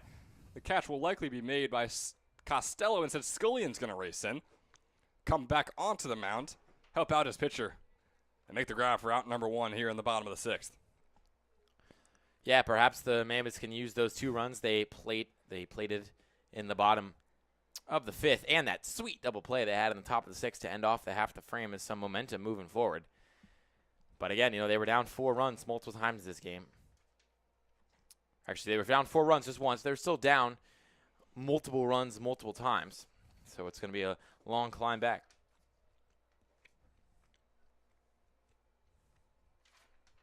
Drew Costello with just about a 3.5 earned run average so far on the summer. Tyler Huzzy's up at the plate. Takes one pitch. The second one skies up. The catch will be made. Inzilla coming all the way in, making the grab. Or instead, it's going to be Jack Fitzpatrick who made the fielding change out there at the catcher position. So Fitzpatrick, once I saw those light baby blue helmet and catcher's gear, I knew it wasn't Inzilla. Obviously, Fitzpatrick over at Hartford Community College. Those are their colors. And that is the catcher for the remainder of the game for the South Jersey Kings. 2 quick outs on the board. Now Zanichi Steve stepping up to the plate. Drew Costello having a fantastic start here in the bottom of the 6th. Yeah, but Steve is 2 for 2, so we kind of have an unstoppable force against an immovable object here. See who comes out on top. Steve's going to put this one sky high as well. 3 of the exact same hits in a slightly different spots, as this one going to be caught by Enrico Tofano, the third baseman. 3 up, 3 down in the bottom of the 6th. The Mammoths have just 3 more outs to work with, but not before the Kings try to get some insurance when we return in the top of the 7th. Don't go anywhere. We got a good one here at Mercer County Community College. 6-4 Kings heading into the top of the 7th.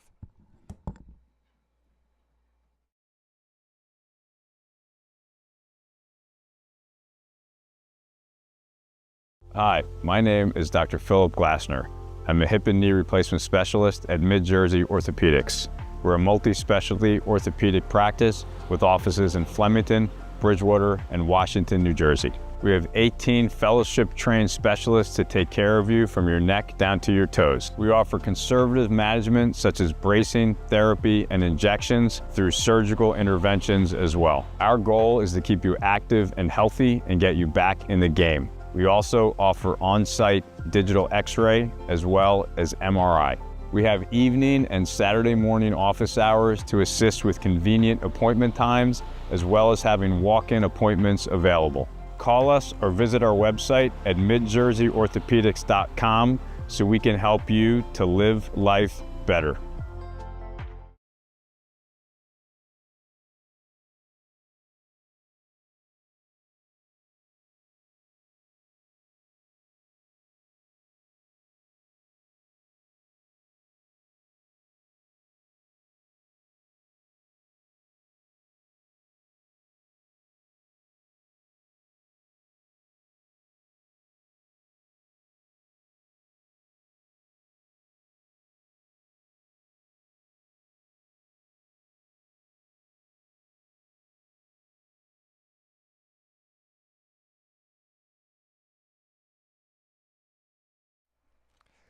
Back here in the top of the 7th, Andrew Pedrick leading things off for the South Jersey Kings. He's 1 for 3 today. He fouls that one off, brings up a 1-1 count on him. Don Bazzoni out there for his second inning of work.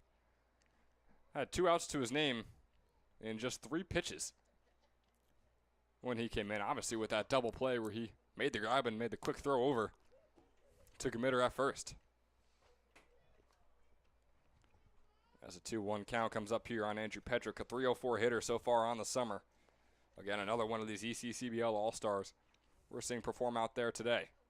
This one swung out to shallow right center. It's just going to get past Pope, who doesn't make the grab and puts the first hit on the board here in the top of the 7th. Pedrick gets on base and goes 2 for 4 on the day.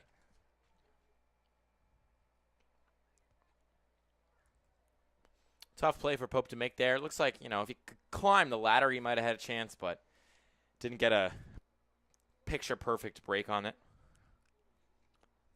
So a couple of Doms going at it here. Vizzoni still on the mound. Inzilla now up at the plate. As that foul ball comes right back towards us. Did that not hit us? That definitely hit us. That hit the light right up here. We heard the chunk. Hopefully didn't make all those wasps all angry. It was much to the chagrin of Coach Mike Carabelli, who again is the keeper of this field, obviously as the Mercer County Community College head coach during the spring season. He looked up and was not too happy from that foul ball by Dom Enzilla.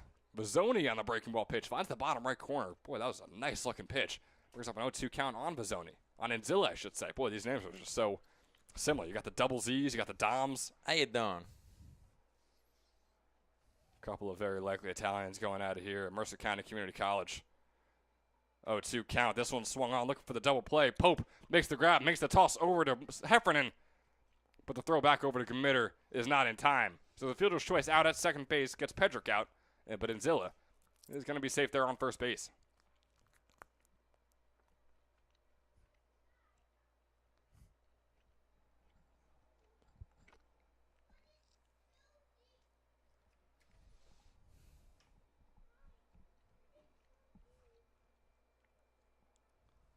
So now with one out on the board, dangerous hitter, and Danny Scullion is back up at the plate.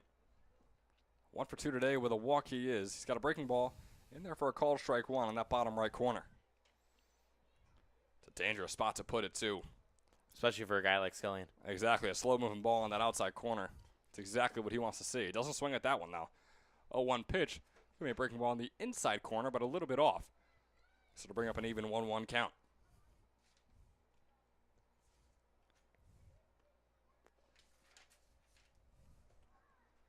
Danny Scullion, another one of these Hartford Community College guys, as off to the races was Enzilla. Scullion fouling that one off, so Enzilla going to have to return to first base. Second time now we've seen a South Jersey Kings runner get a really nice jump on a Mercer Mammoths pitcher, but be unable to reap the rewards of their good work thanks to a foul ball. Yeah, We'll see if the third time's a charm. I had the hit and run situation right there for Scullion and Enzilla. But obviously, like you said, the foul ball negates it all. Scullion going to ground this one over. Chased down by Heyman, looking for the double play. The throw over to Pope. The quick Pope throw over to Committer. What a play by Jake Pope. On his home turf, and it looks like it. Kid's an all-star for more than just his bat, you know? He absolutely Falling is. backwards, rifles it over. We've seen so many times this league, a second baseman trying to force a double play and miss. That time, right on the money. Nice piece of fielding. The Mammoths, another, doing pretty well defensively. Outside of a couple blip innings, they've been strong. Just the bat's got to make up for it. It was a nice off-balance catch, off-balance throw from Jake Pope, who, like we mentioned, just wrapped up his career here at Mercer County Community College, but still making plays on the turf as we're heading into the bottom of the seventh. 2 runs is what the Mammoths need when we return. They have 3 outs to work with.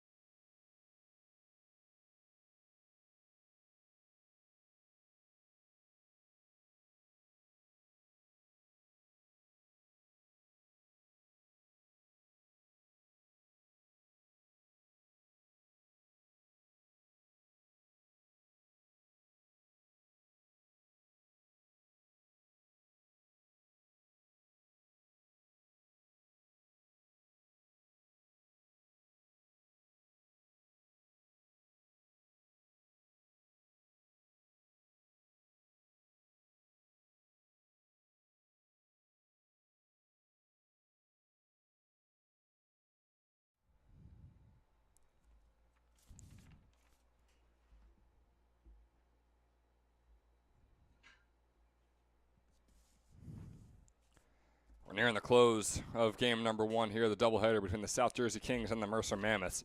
Got a pinch hitter out there, Torrin McKenzie, up at the plate for the Mammoths.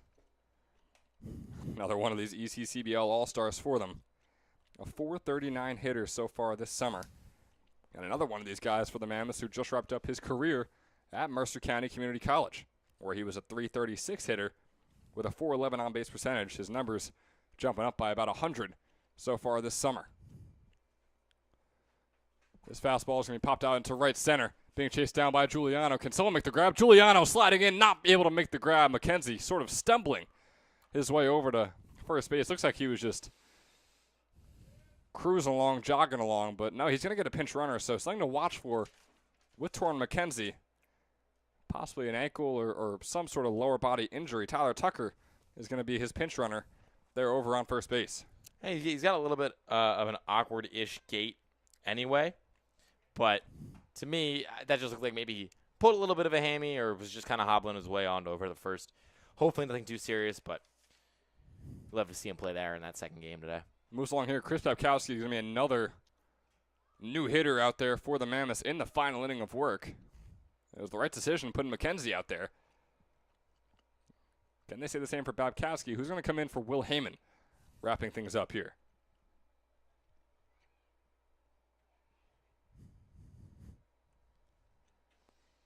This pitch to Babkowski. It's going to be a called strike.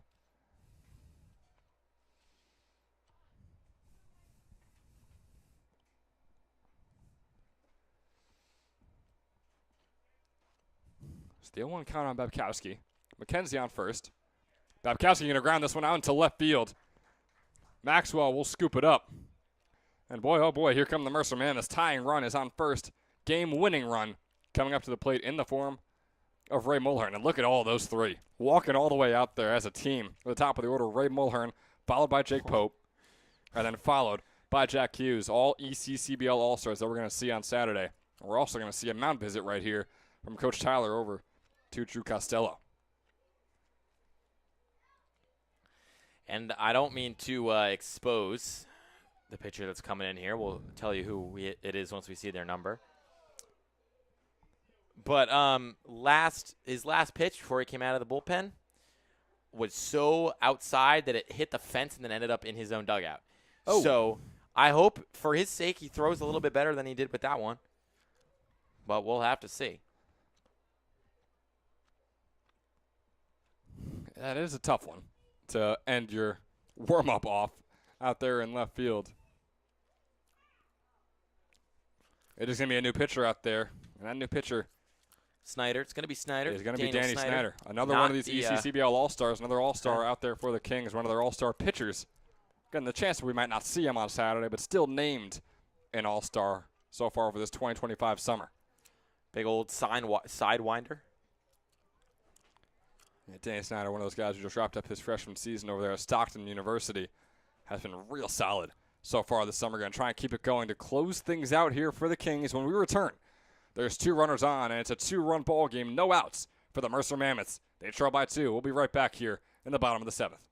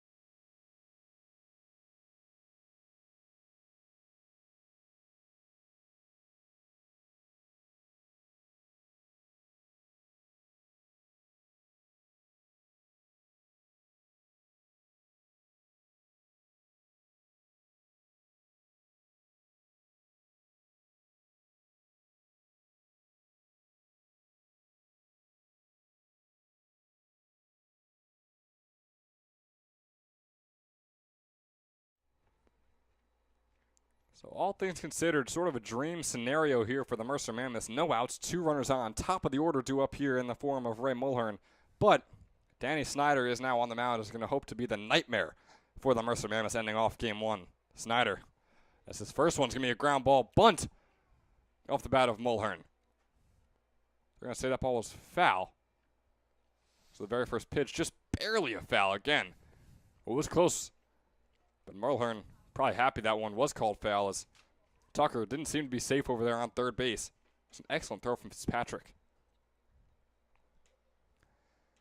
So pitch number 2 of the at-bat coming up here. Again, the tying run is on first in the form of Chris Babkowski.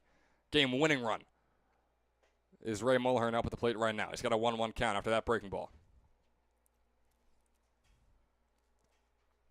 With Pope due up next and Jack Hughes following him. Mulhern is 2 for 3 today. Can he make it 3 for 4? He cannot after that. Tefano with the fielder's choice out on Tyler Tucker, getting the smart out. Babkowski will advance over to second. Mulhern will find himself on first thanks to the fielder's choice. But now 1 out on the board. For the Mercer Mammoths, they have 2 more to work with and still need 2 more runs to, at the very least, keep this game going into the one and only extra inning we have, the 8th. Yeah, and honestly, I know Tufano got out there, but good job by him to maybe delay a little bit and hold up enough time such that Tufano. Yeah, it was Tucker that got out. Sorry, Yeah, Tucker yeah, that got good. out. It was a nice play by him to delay Tufano ever so slightly to where Tufano had to chase him down to tag him out. If he keeps running, Tufano can just stick his glove out, tag him, and then rifle that thing over to first and maybe get 2. But Tucker's slight delay means only 1 gone. Definitely was some solid base running, smart base running by Tyler Tucker, who, again, was obviously out, but like you said, maybe prevented a possible double play right there for the South Jersey Kings. It's a 1-1 count on Jake Pope here. Mulhern was 2 for 3 heading into his at-bat. So is Pope. 1-1 count. Make it a 2-1. Jake Pope, boy, he would love to be the hero here in what truly might be his last game ever at Mercer County Community College. He's had a incredible 2-year career here. As he puts this one out into shallow left field, that one's going to be caught by Maxwell. Runners will stay put, and 2 outs are on the board for the Mercer Mammoths. They have only 1 to work with. They got a fun hitter coming up here. Again, he's been cold recently, but overall on the season, arguably the best hitter in the entire Southern Division here in the ECCBL, Jack Hughes. Yeah, and really, again, it's strength on strength here, fire on fire. Snyder's pitching really well so far. He's not striking dudes out, but he's getting weak contact. It's being managed pretty well by the fielders behind him. First pitch to Hughes, going to be a breaking ball outside. Let's give us a chance to see why both these guys get their all-star nods. Jack Hughes is 0 for 7 in his last 3 games, including this one. Despite still being over a .430 hitter on the summer, was over 500 just a few games ago. As that fastball is going to be inside and find the strike zone. Hughes not exactly too pleased with that call. Finds the bottom left corner. He's got himself a 1-1 count. Again, 2 outs on the board. Mulhern is the game-tying run on first. This one fouled off. Really by Hughes. Smart pitch there by Snyder. Goes back to the exact same spot, throws it a little bit slower. Way out in front of it was Snyder, and he chopped it back. I'd like to see him go fastball to that same spot after going off speed right there. And he's a strike away from ending this one. Can he successfully close it out? Danny Snyder, Jack Hughes. Fastball outside, keeps the at-bat going, 2-2. Committer is on deck, hoping that he can get one more at-bat here in this one. And Jack Hughes is a guy who's hoping he can get his first hit in over 3 games now. 2-2 count. Here's the offering. Fastball outside brings up a full count pitch with runners on first and second. The Mammoths trail by 2. Here on what could be the final out of the game.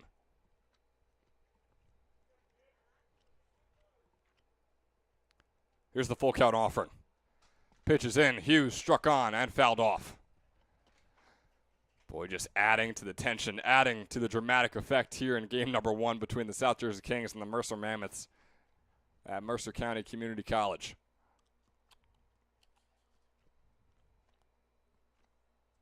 Snyder into the double digits of his outing. 3-2 offering. Swung on, fouled off. It's like watching 2 heavyweight boxers go at it in the ring. These 2 guys, they're landing punch after punch, but neither can seem to knock the other out. Just waiting for that big blow to come. Could it be right here? And who will it be by? 3-2 offering. Swung on by Hughes. Sky high and fouled once again. Jack Hughes is not going to go down without a fight.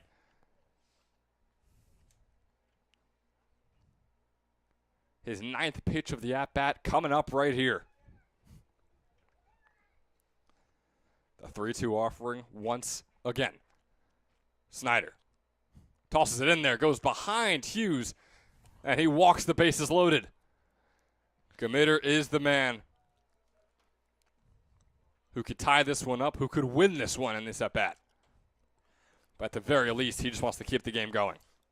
Tough pitch there from Snyder. At the same time, all-stars aren't all-stars because they never hit guys. All-stars are all-stars because when they rarely hit guys, they respond even better, and they don't let that unravel them. We'll see what he has here.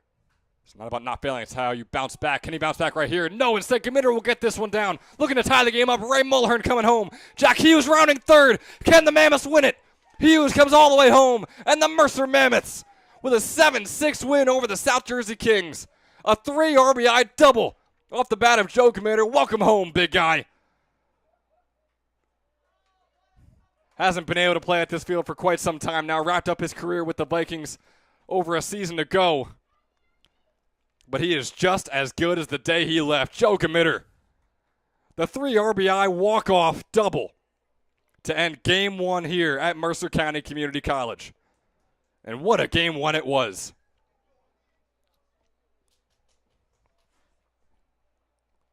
A 7-6 final here at the home of the Vikings. And Coach Rich Carabelli tacks on yet another win here at the home of the Vikings. Just a gutsy performance. And I want to really give a lot of credit to Mercer defensively late in that one. Yes, they gave up those 2 runs in the 5th, but outside of the first 2 innings, you go scoreless in the 3rd, the 4th, the 6th, and the 7th with huge defensive plays being made on all fronts. Pope made a really nice play to save a double play out there in the middle of the infield. And it all, again, it's always going to be the middle of that order. It's always going to be those guys.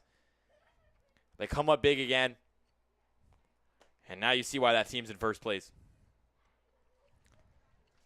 For anyone wondering, Joe Gmitter, off of that one swing of the bat, his first hit of the day is the only hit he needs to be our Toyota player of the game. Goes 1 for 4, but has 3 RBIs. The game-winning 3 RBIs. Ray Mulhern was another candidate and probably would have won it thanks to, if it wasn't for Joe Gmitter with that last hit we just saw maybe a minute ago.